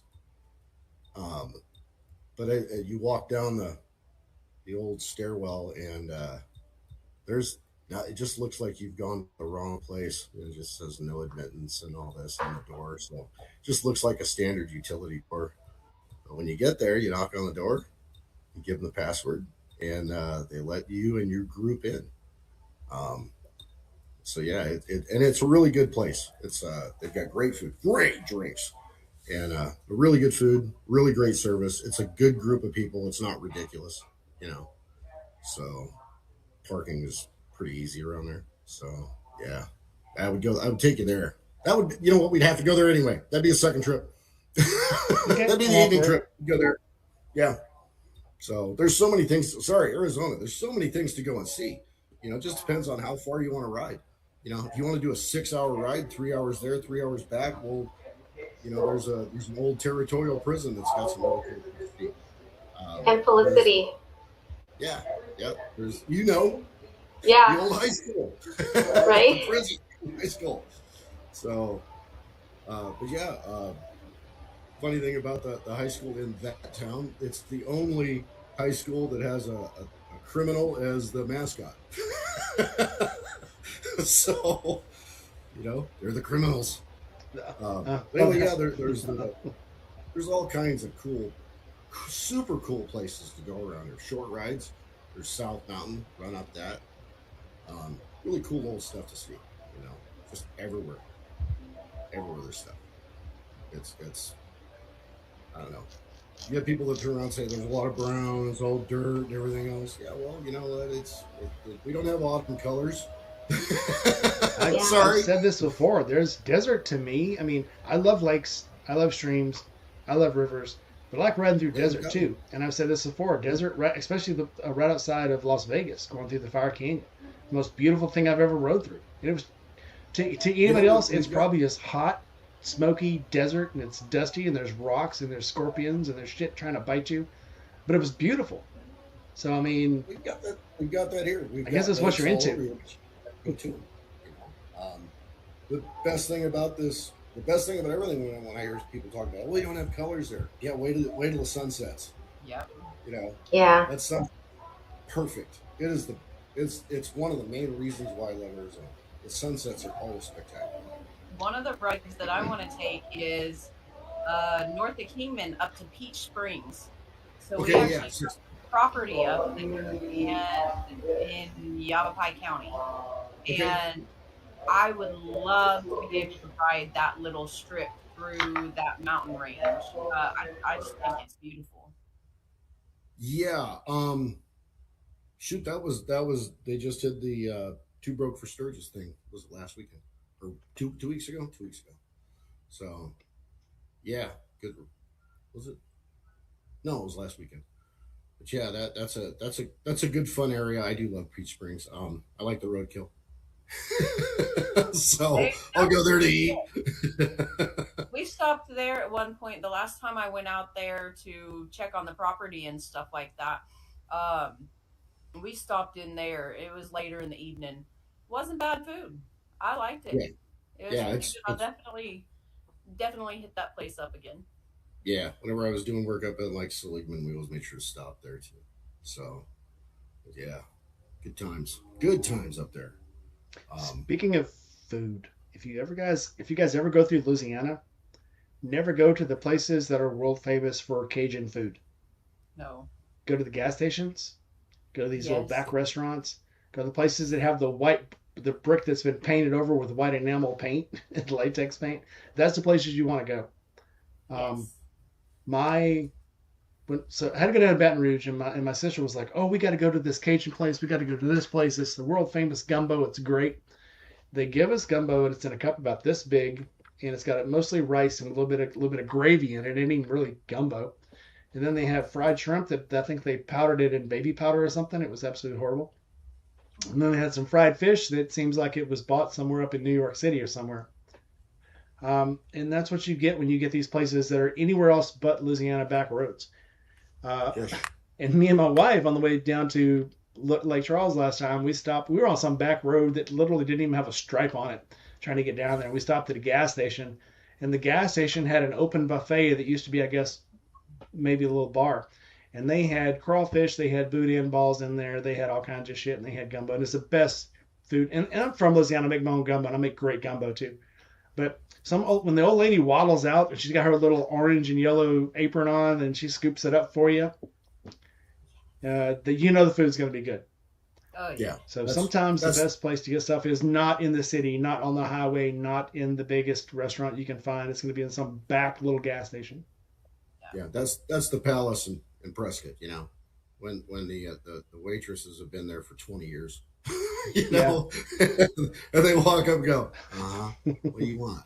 You know, I can't remember what they're not putting on a show. That's really how it is. You know? I can't remember what the movie was, but I remember seeing this movie and like the marshals come into town, and they go to this restaurant, and the guy says, "What do you not want?" What? Yeah, what don't you want? What don't you want? You either don't want the green beans or you don't want the black-eyed peas.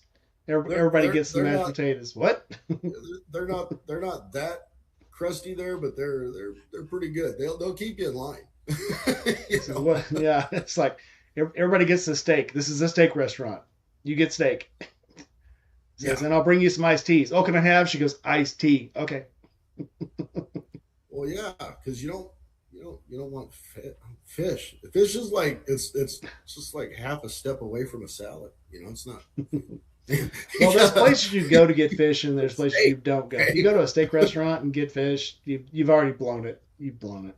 No, I don't want a salad. That's like going on a brewery tour and at the end you ask for water. I don't want to eat what my food eats. I don't. That's what my food's gonna eat. Okay. Now. All right, Biker Girl, now that you've got the sun in your eyes and you can't hear us, if I was going to come visit you now, let's not pretend where you were because that was California, it was boring. If I was going to go where you are now, and I say, let's go for a ride, and I know where you live, so I need a reference. We're going to go for a ride, we're going to go eat somewhere, what are we going to do? Where are we going and what are we going to do? Wow. Because I'm still kind of learning the routes in the area, but I'd probably take you up Highway 7. There is a Mount Magazine and Petty Jean Magazine, which is, I guess, just a little south of Russellville. So going east and north. And we'll go up that mountain. I believe there's a really cool restaurant up on Petty Jean, and you can kind of look out and see. And then from there, I'd head straight up north. Pig Trail is okay, but really, I mean, it's just, ripping up, I think it's 30 until you get to the Ozarks. And then from there, just get on the back roads, lose yourself, get so lost that it takes you GPS to find your way home. That's what I do here. Absolutely. It's like, I'm going to go somewhere. And I ride until I don't know where I'm at, and I turn the GPS on to find my way home. Absolutely. And I try and make sure I always get gas at a half tank because I have found myself at literally a one pump stop where you have one fuel source and you don't push a button, you like flip the lever and you get what you get and then you pay for it afterwards. Yeah. In Russellville, there is a gas station in there that I'm not sure what it used to be, but I guess it was a building of some kind, and they made it into a gas station. Look, like it used to be an old car lot or something, and they turned it into a gas station, which is backwards from what they usually do. They usually take a gas station and turn it into a car lot. Anyway, so yeah, Russellville has some good back restaurants or back gas stations that have food inside them. So, do one time. I'm just thinking about crawfish etouffee now. That's all I can think of. It just sounds good. I haven't made an etouffee in a while, but I can still. If you guys come visit, I'll make. Oh! Speaking of which, yes. Are you guys still going to come to Little Sturgis? No. It's a stretch for Doug. I get it. What? Maybe. Biker Girl says she's not coming now. I get it. I'm Her gonna life be is in busy. Minnesota. Yeah, to No, be in I'm gonna be Minnesota. in Minnesota visiting my family. I get it. Yeah, I'm considering shucking the ladies in leather to go to Little Sturgis. It's going to be a lot of fun. There's hope. There's hope. She's There's hope. considering. So I'll just say in advance, if you guys do come through, I make an awesome breakfast. I make a really good gumbo, which I don't know if you want to be eating gumbo in August, but it's a thing. I can make an etouffee, or I can make a shrimp creole. Make a damn good shrimp creole also. So if you come visit, I'm cooking. I make a really good. I make a good. I make a good apple baby, which is a German Dutch baby, and I make an awesome hash brown casserole. I'm very good Like cook. anywhere in August, it's going to be to the coast or north. right about the end of August, I need a break from the heat. Okay. I need to release the prices. It's for the tickets for all 3 days is 40 for the bands for all 3 days $40, and then the camping is I think $40 also for 3 days. So for $80 you get 3 days of the camping, access to everything, all the games, access to all the concerts, everything. It's not like the one thing that really was peculiar to me about TMMR was they had a gate access that was almost $100. Then they had camping access that was $80. Then for each concert you had to buy tickets, Yeah, and then you had to buy food on top of it. And it was you literally pay more just to get into TMMR, just to get into the gate, than you would for all your games, all the concerts, the camping, gate access, vendor access, and everything at Little Sturgis. And it just blows my mind that these places get so big that they decide they could just charge whatever they want to because they know people are just going to come. It seems very greedy to me. And the other cool thing about Little Sturgis is everybody has beer, and they'll offer you beer, and they give you everything, and there's showers. The showers costed at TMMR. They have open shower. Well, they're not open, but anybody can go into the showers. They have girls side and the guys side. Open showers, I might go there. Well, it's on a ball field, so they have the locker room showers at Little Sturgis. So you basically have the guys' locker room, the girls' locker room, and you have showers. And the showers are blocked off, one stall each. So you're not like sharing a stall with another guy. Sorry, Doug, but it's great. I love it. It's not. You know what? If some dude wants to share a shower with me, that's fine. He's just going to grow up not feeling like a real man. If you had to share, you had to share. Just down your side, Yeah. We're just not going to be using the soap at the same time. I don't need my back done this time. It's fine. I don't need any help scrubbing. Thank you. I can be, which is now. Anyway, I'm changing subjects. But anyway, changing the subject. I'm going to say there's a reason when I go on these camping trips. The one thing I miss about going camping is having a back brush, because it's like a psychosomatic thing. But it's like while I'm out camping, I'm riding and I can't do my own back because I'm on my back brush. It seems like my back gets itchier and itchier as I go because there's like in the back of my mind I'm like, I can't reach my back. I got this spot in the middle of my shoulder blades and I can't reach it. It must be getting dirty. It must be getting. It's probably covered like fried chicken. It's all in my head. That's why I like the hand towels in the hotel. I just flip it over and I didn't think about that. Do the two-handed thing. I didn't think about that. I mean, I fixed my own problem. Thanks, Doug. Those little hand towels are going to be soaked when I'm done. Okay? So I don't care. We can hang them in the shower. It's fine.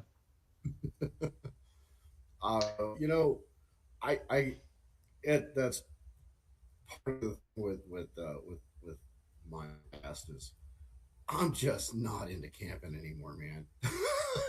They just ruined that for me. Enough time intense. I'm so past it. I want a room. I don't mind. I mean, if there's not iguanas and scorpions and snakes crawling in the tent with me, I'm good with it. It's fine. Yeah, although I'll still put my socks over the top of my boots. Just there's some things you don't get over. But yeah, I like a good toilet and a shower that I'm not sharing. So yeah, it's I get it too. You get a lot of people to go there and they want to drink and all that. That's fine. I tend to, if I go to an event where there's a lot of people, I don't I don't drink. I might have a beer. I might have two, but I just it's situational awareness for me. I tend to just not drink when it comes to that stuff. So I'm still gonna have a great time, and I'm gonna take pictures of everybody else trash. That's the best Right. part. So, That's and but people always say, yeah, "Oh, how can you tape everything, your video and everything? You're missing all the action." No, I'm remembering all the action.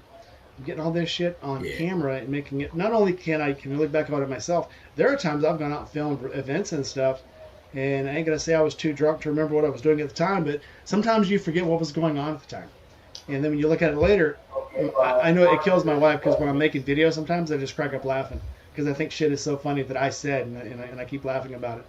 But you relive those thoughts. But as far as camping though, there is a hotel not quite 8 miles away from the campground in Starkville. So they do have hotels. It's a big city, yeah. eight, 10 miles There's away. there's uh there's one right there on the exit. Well, at TMR. There's one right there at the exit, just past the gas station. We stayed at TMMR. We stayed at Land Between the Lakes, and it was $20 for a campsite, and you could put two tents on the campsite. So that's where we stayed.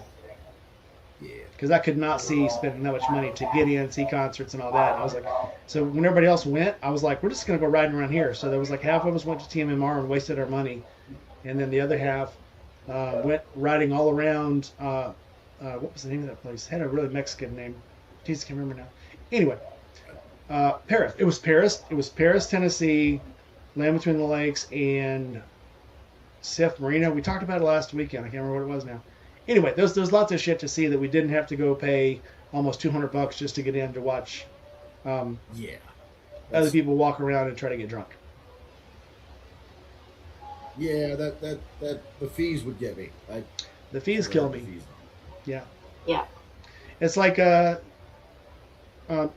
Presley land now. When you go to Graceland, as a kid, it was $20 to get in. You could see everything but the stables. To go to the stables where all the cars were was a little extra fee. But you can see the airplane. You can go through the mansion. You can see everything in the mansion but the jungle room, which is the very lower basement where his lounge was. Now you pay to get in. You pay to go to the stables. You pay to go to the library where the plane is. You pay to go into each part of the house, and then you pay to go around the back to where the extra quarters were. You're going to spend $200 now just to go there if you want to see everything, and still can't see everything. So it's crazy. No. But It's that's just where no. I mean I won't say that's where society's got us, but people have gotten to the point where they think that's what it deserves. If people stop paying it, they'd stop doing it. Yeah, So I guess it's people are kind of still like too the adult enamored by stores. it. If they didn't have customers, they wouldn't exist. So, Even places like Sturgis, I saw where they have the buffalo. What's it called? Buffalo nickel, the buffalo wild. The what's it called, Rebecca girl? Though you just went Buffalo chip. the buffalo chip. Yeah, if you get into buffalo chip, everything's there. You don't have to pay for anything extra except your beer. So Yeah. if a huge ass place like that can do it, why are all these small places trying to nickel and dime everybody? yeah. Just a thought. Just a thought. It's true. Anyway, I would love to go to the Yeah. Buffalo Nickel or Buffalo Chip, but that's way too far away from me, and there's way too many people there that I don't want to see at that time. I'll go some other time. It's just like It's going to the place in Dallas, Strokers Dallas. I'll go there when there's not a huge event going on where I can see everything. Definitely won't go during bike week. Absolutely not. I don't want to. It's a good place. It's a good time there. The Strokers, Yeah. I want to go. I just don't want to go when there's a huge crowd there because again, you got too many people there trying to go. Look at me, I'm a biker. I'm gonna do biker shit and act stupid, and that's when you don't enjoy it. Yeah. That's Anyway, why I I have no digress. interest in going to Sturgis until I get my trailer built out. I have no interest in being surrounded by 10,000 people all at once on a bike acting like their package is bigger than their brain. Yeah, and No, could I have fun there? Absolutely. But I just think I don't want to take again. I'm at that age where it's like I just don't want to put up with other people's bullshit anymore. Hmm. I've got my own bullshit. you I know, can put up with that, but I for just don't want for to go for and get into a dick Sturgis, measuring contest with somebody for no reason. Who I know doesn't ride every day. Who I know who the only time they're going to spend on that Mine's the motorcycle is the biggest. time it gets from the I'm from the putting it out hotel to there. here. Yeah, I was like, yeah. Mine's the Sturgis biggest. But yours is plastic, so Sturgis was good, rubber, but it was synthetic. good for Sturgis was good for a day. Takes and a half, batteries. you know. I- When the guys and I went up to Sturgis, we didn't go to Sturgis. We went to a lot of different places, and then we got to Sturgis, had a good time, spent the night, woke up in the morning, hung out for a while, and then we went to the next place. You know, it's kind of like going to Vegas. You know, after that third day, you're kind of like, is it over yet? You know, because all I'm hearing is ding, ding, ding. So, Well, there's Yeah. things I want to see. I want to It's see a Needle. fantastic 2 days. mhm. Yeah, I want to see Needle Canyon. I want to see Rushmore. I want to see the Buffalo Chip. I have no desire to ride through any part of the Buffalo parks because I've already heard too many people say, and Harley specifically, Buffaloes don't like the Harleys because they sound like another Buffalo who's braying at them. And that's why when you see people on big motorcycles, the Buffaloes start to come over because they want to check it out because they think they're being challenged. Specifically, that's why they're like, if they come towards you, kill your bike. Walk your bike away because there's something about the rumble. They don't like it. You ever heard of alligator rumble in the water? No. It's about the same. It sounds like a Harley at low idle. You know that's something actually kind of reminds me of something else. Um, and especially here in Arizona, there's a lot of horses.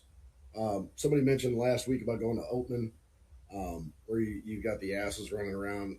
There's people riding horses too. And I was with three guys that hadn't really been out around horses. And I was leading them. So when I pulled over and shut my engine off, turned off the bike, they kind of just followed suit. The one guy was at his bike going, and I just told him to cut it, He shut his bike off, and I said, yeah. And the girl was riding by on a horse, and she said, hey, thanks, guys. And it was like, yeah, she's got the priority. She's on the horse. Yep. The horse is going to do what the horse is going to do. And I don't want to be the guy that, disrupts that horse's moment of peace. I mean, let's face it, it's a 1,100-pound animal with a brain the size of a peanut. So it might react stupid when it sees a strap on my bag or something to be like, that guy's carrying a snake. I'm going to jump, I get nervous when I see a strap on too. It was one of those just polite things. It doesn't relate to anything we're talking about, but somebody's riding a horse. Pull over, shut your bike off. Yeah, it's being courteous. Yeah. That's what we're talking about anyway. Yeah, being courteous. Well, and a lot of people don't know. I'm just saying that here's what I do. I shut my bike off, and I wait for them to wave me by. Which sometimes happen. They'll see me stopping and they'll just be like, "Yeah, come on by. My horse is good." But yeah, it's just a polite thing. It happens a lot here in Arizona. I've seen people that just go whizzing by, and it's like, man, you see a horse start jumping around. And there's probably some areas that we all go in where there's people on horseback. So see somebody on a horse, shut your bike off, let them go by. I would appreciate that. So, Yeah, and first of all, that's super awesome. Having owned the feed store, I got to hear a lot of horror stories about, the horses and motorcycles, the loud cars, mountain bikes, because they're so quiet. And then they go whizzing past the horse with no, notice or anything. But definitely just, not trying to startle them because, like you said, it's an unpredictable animal. You don't know what's going to happen, and it could not only hurt their rider, but it could potentially, cause an accident with you as well. You can say it. They're retarded. Okay. Yeah, I know. Hard R word right there. Well, in Texas, there was like getting ready for trail rides. Oh my god. Yeah, in Texas, people getting ready for trail rides. They would try to get to spend like $7,500 at safety fence, which is totally worth it when I decided to run through it. But just to keep them from getting cut up, they're just big peanut brain animals. They are. But in a way, they've got great instinct. They've got great instinct. You can be trashed and ride a horse because the horse knows the way home. Half of their instinct is to kick, so don't make them use that instinct. The other part is I don't know. I had a a girl that was she wanted to compete with one of my horses on English under saddle, and so I said, well, I want to see how you ride first. So I put her on one of the Mustangs, and the Mustang's name was Rocket, appropriately, and so she's up on Rocket and she's riding around, and she said, I want to go rope a cow. So she went and roped a cow. Well, she dropped the rope, and the horse didn't see her drop the rope. So she rode back over to pick the rope up. The problem that Rocket had was Rocket thought the rope was a snake. And so Rocket became the launching pad. Because when I heard the language come out, I turned and looked, and she was about 15 feet in the air, and I went, oh, that's gonna hurt. Oh my god. So, but yeah, it was just one of those things. Horses, they don't have they don't have the expected reaction that most people, most humans would see. You know, You know with what? a I bike feel and a like trip. as an animal handler and having been around horses quite frequently, I feel like exposure is Yeah, super yeah, important. You know, yeah. that's Like like my service animal. You know, I've got an American bully that's my service dog. And I feel like it's more responsible to expose them at a young age to the things that they may encounter. yeah, You know, and for that's instance, my dog, when I first got him as a puppy, he chose me. It was an unexpected ordeal, but you know, I was looking for another service animal anyway because I had already retired my mastiff because of her hip dysplasia. And I feel like it's important to expose them to the possible situations. You know, like with Hank, I took him, we started out in Sunday school. We had three triplet boys crawling and hopping and jumping and doing all of the things from a very young age, you know, and having a service animal, especially an American bully, because everybody's already like, oh my God, you know, that's a pit bull. And it's the handler, not the dogs, okay? It's not the breed. right. Um, to an extent, it can be a breed specific issue. You know, you get chow chows, they're batshit crazy. You get Dalmatians, same thing. They can flip in an instant. English Bull Terriers.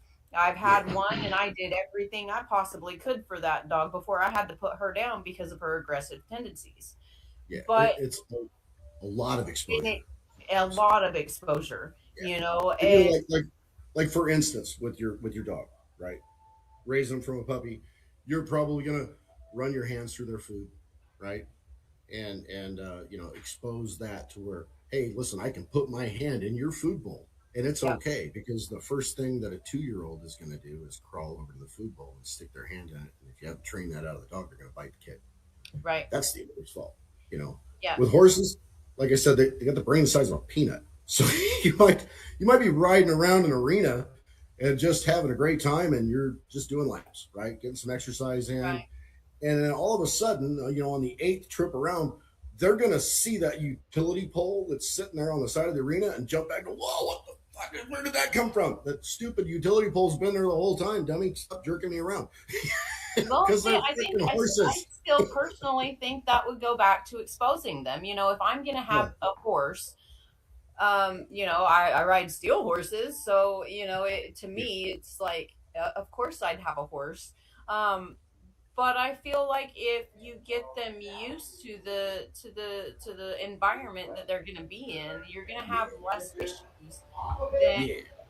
riding down the road when a Harley comes by, and they're going to be less likely to freak out. I mean, I might be wrong because I've never owned a horse personally. Just, you know, coming from a commonsensical and an animal person standpoint, you know, I would think that exposure would make a huge difference when it comes down to their reactions. And I see that with bikes, bringing it full circle. I see that with bikes. The more people we can get on bikes to expose everybody in a car, you know, I people that think don't ride, it's they're required gonna, to it's at got least like the difference between learn. riding in any other state compared to California. I actually prefer to ride a motorcycle in California, and I don't want to be in California. but I prefer it because when you're stuck in traffic and you're lane splitting, people move over. They don't. They're not assholes and take because it they're personally. exposed to it. Yeah, they're not. They're not Exactly. assholes. They're They don't used take, to they it. don't take it personally and throw their fist up in the air and act like a dick. And it's like, you know, dumbass, it's legal here. Why the? Why? How is it? In California, everybody knows how to drive around you. It's How funny come you you say can't do that. that here in the other 49 states? Well, You around know. here, it's usually your cruiser riders, your Harley riders, your Honda cruiser riders are courteous and they're nice. And I'll get to a four-way, and people will flag me through. One, they want to look at my bike because the bike's cool. But when they Well, see a sport you're not bike, causing any. You're not yeah, causing them to slow down. as soon as they see a sport bike, they instantly start like you can see them edging over. Fuck out of my way. And it's again, it's if they see Harley, if they see Cruiser, they see, oh, that's a courteous rider, it's probably an older guy, he's out for his ride or whatever. And it may not always be that an older rider on that bike, but whenever they see a sport bike, they instantly go, oh, there's an asshole. Because 99% of the guys that are on sport bikes around here act like assholes. They're out here to run. They don't have a driver's license. They're always talking about how running from the cops. They want to move fast. They want to drive fast. They want to get out and turn it. They want to turn it up, is what they say on the Memphis page. Let's get out and turn it up. It's like you're doing this shit to yourself. You're why people hate motorcycles, and you're making me look bad. And that, again, exposure, that's what we want to do. We need to, and I hate to rub this again, but we need to replace our own people. We see people being stupid when we see some guy bragging about doing 120 on the highway. Some guy, bitching that he got hit and almost cut off by a car that was doing 55 and a 55 and he was doing 120. We need to stand up to that. Well, stupid tends to take. We need to police our own people. Yeah. And of all people, I'm not going to say that I ride 55 and 55 because I'm not stupid. But No, but if you but are here's the thing courteous, is, though. yeah, but here's the thing is I'm not going to go. I'm not going to tell other people what to do, but I'm not going to act like a complete asshole. I'm going to act like a little bit of an asshole. I'll get around people. I'll go fast sometimes. Just enough to get noticed. Yep. Yeah, I'll go fast. I'll usually go faster than traffic because I want to be ahead of the guy that I think is trying to be stupid. And then when a guy is trying to be stupid, I'll let him get ahead of me. Get him out of my fucking way. However, when it comes down to just being stupid to people because I can, that's when you're crossing the line. The state trooper and I that were having that conversation was talking. He's like, "How do you ride?" I said, "A little faster than traffic." And he's like, "Everybody runs like 85 mile an hour." And I said, "Yeah." And guess where I'm at? A little bit faster than that. And he's like, "Well, what's your reasoning behind that?" And I told him, I'm riding a little bit like an asshole, but not enough for people to get mad at me because I like to be noticed. And that was the day that he offered me a board seat on the Arizona Motorcycle Safety Board. So I think I was right in my answers. It's just a little bit aggressive, but not like a total dick. Don't be an asshole. I like to go a little faster just to make sure I'm in control of who's around me. Yeah, and like with horses, we were talking about like riding horses. If the horse starts acting like a little asshole, I'm gonna put his nose into my toe. I'm gonna grab that rein and turn him because don't act like a dick because I'm not gonna fly off of you. So I don't know. I see the guys and I hear them. I see those guys and they want to run 170 mile an hour. It's Arizona. There's plenty of places for that. Go for it. Go do your thing. Traffic in the middle of traffic is not that place. If I'm coming up an on ramp, I tend to ride single file on an on ramp, and I'm not expecting somebody to go tearing by me at 150 mile an hour. I'm not going to take it to heart. I'm going to look and go, man, I'm glad he missed me. Yeah, but, I'm usually like, let him go wreck into somebody else. Gas station later, we're probably going to come to an understanding that that's not cool to do. but yeah, it just goes back to like that group riding thing we were talking about. There's two sides for a motorcycle. There's two sides to a lane. Yep. It's the tire tracks where the cars are. There's your two sides of the lane. If you're in one side of the lane, somebody might want to come by you on a bike. Like you, Rainey, I watch my mirrors a lot especially here. There's a lot of people get rear-ended here on the freeways, and so I'm always watching my mirrors, and I see those guys coming up. I'll get over. I'll bring the hand down and do the wave. Come on by, Yep. and they don't have to change lanes to do it. I know they're coming. And if I don't know they're coming, I'm still on one side of the lane. It's not going to bother me, And most time I admire their bikes when they go by. So, Oh, speaking of, so last thing I'll talk about newbie riders. Never be afraid to answer newbie rider questions, no matter how stupid you think they might be. This same video that I just posted, when I was in there, I asked him, the instructor, we're friends, and he says, "Was there anything, do you mind answering some questions? You guys want to ask him some questions?" He does a YouTube channel, he does all this, and two of them asked me the same question, like almost simultaneously. They're like, "What do you do at a red light?" And I go, "Well, I stop." And they're like, "Yeah, but do you take the bike out of gear?" And somebody else laughed at it. It was like, "Oh, stupid, you always take the bike out of gear." And I go, "I don't take the bike out of gear." I said, "You never know." Well, again, if no one is behind me, I'll leave the bike in gear. It's a first, yeah. If I'm in the front, I'll leave the bike in gear. If I'm in the front, I'll leave the bike in gear.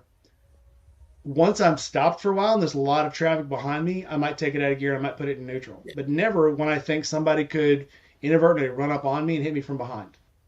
Yeah, actually, that's I want to expand on that a little bit. When I come up to an intersection, if it's just me and I don't have any cars behind me, I'll come up and I'll angle the bike to one side.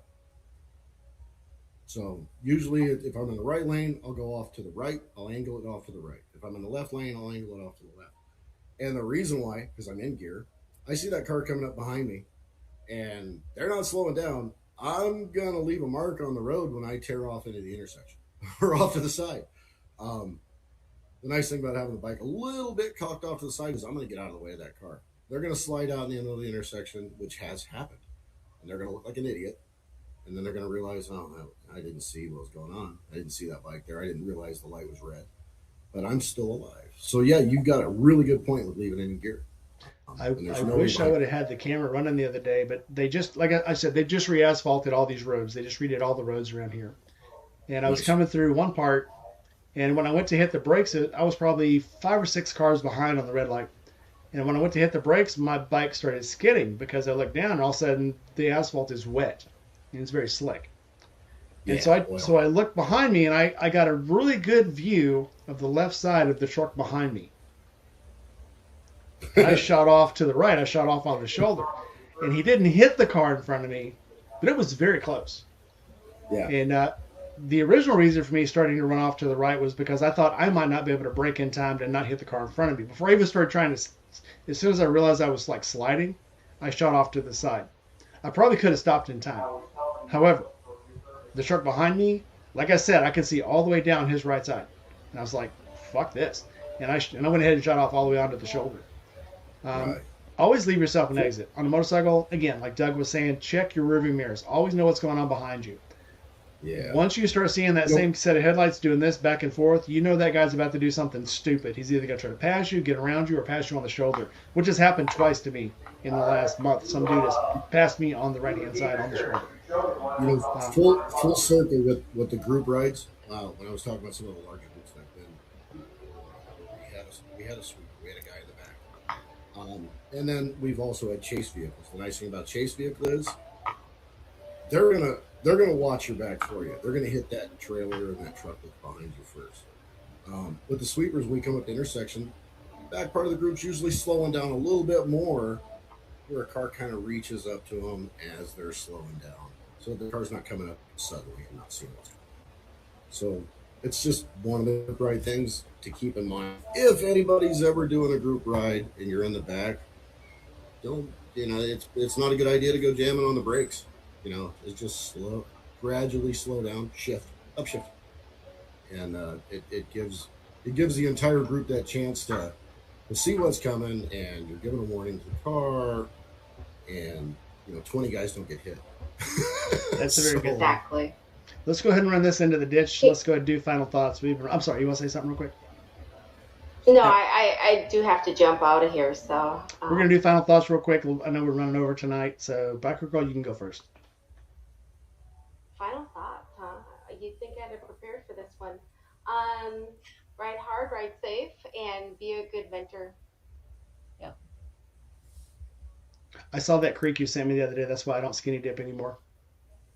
That is really close by where I'm at. Yeah. Autumn.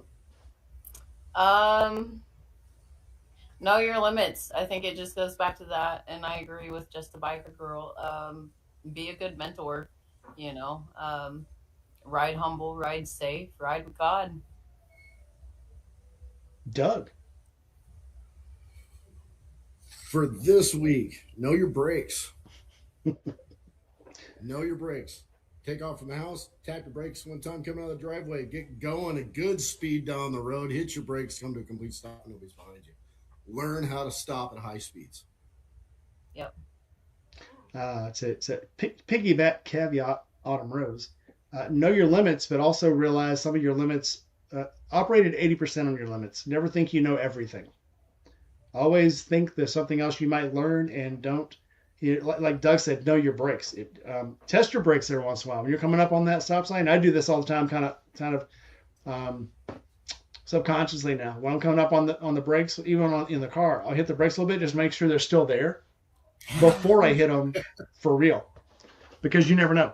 I had somebody post today, and I rebutted it. They're like, could you bikers please not do engine braking because it makes you stop too fast, and it could cause an accident because I run up on you too fast. And I don't realize you're stopping until you're too close. And they ate her alive in the comments because they were like, well, if you didn't have your, what I said was like, if you didn't have your phone in your hand, you wouldn't need a giant red light to tell you that I'm stopping. So tap your brake a couple of times. I mean, I tend to do. I like to engine brake, but I also tap my brake a couple of times because I'm slowing down. I touch it and then I engine brake. But yeah, right. And again, it's everybody thinks a bike can stop faster than a car. It really is about the same. Just the reaction time to the guy behind you might be different because you don't realize they're stopping. And that's why it's important for the guy behind you to watch you, keep your distances. Maybe us older people remember this. Remember the 2-second rule back in the 80s? Where they said watch something on the road and make sure you're 2 seconds behind whatever is on the road, because that gives you stopping distance and reaction time. 2 seconds in traffic. Yeah. Mm-hmm. Because that's a real thing. But they don't teach that stuff anymore. I don't know why. But anyway, my final thought is if you can be anything, be kind. Be open to teaching people and never treat newbies like they're stupid, because they may be the next wise one that's teaching the next generation. Pass on your knowledge. Pass on your kindness and pass on all your skill, because it's a vicious cycle and it goes around. Teach it while you still know it before you get old and forget. With that, we'll say like, comment, subscribe, hit that bell, look below. There's t-shirts down there. There's all kinds of stuff you can buy. So buy some shit, support the channel. That way we can go camping. All right, everybody, wave and say goodbye.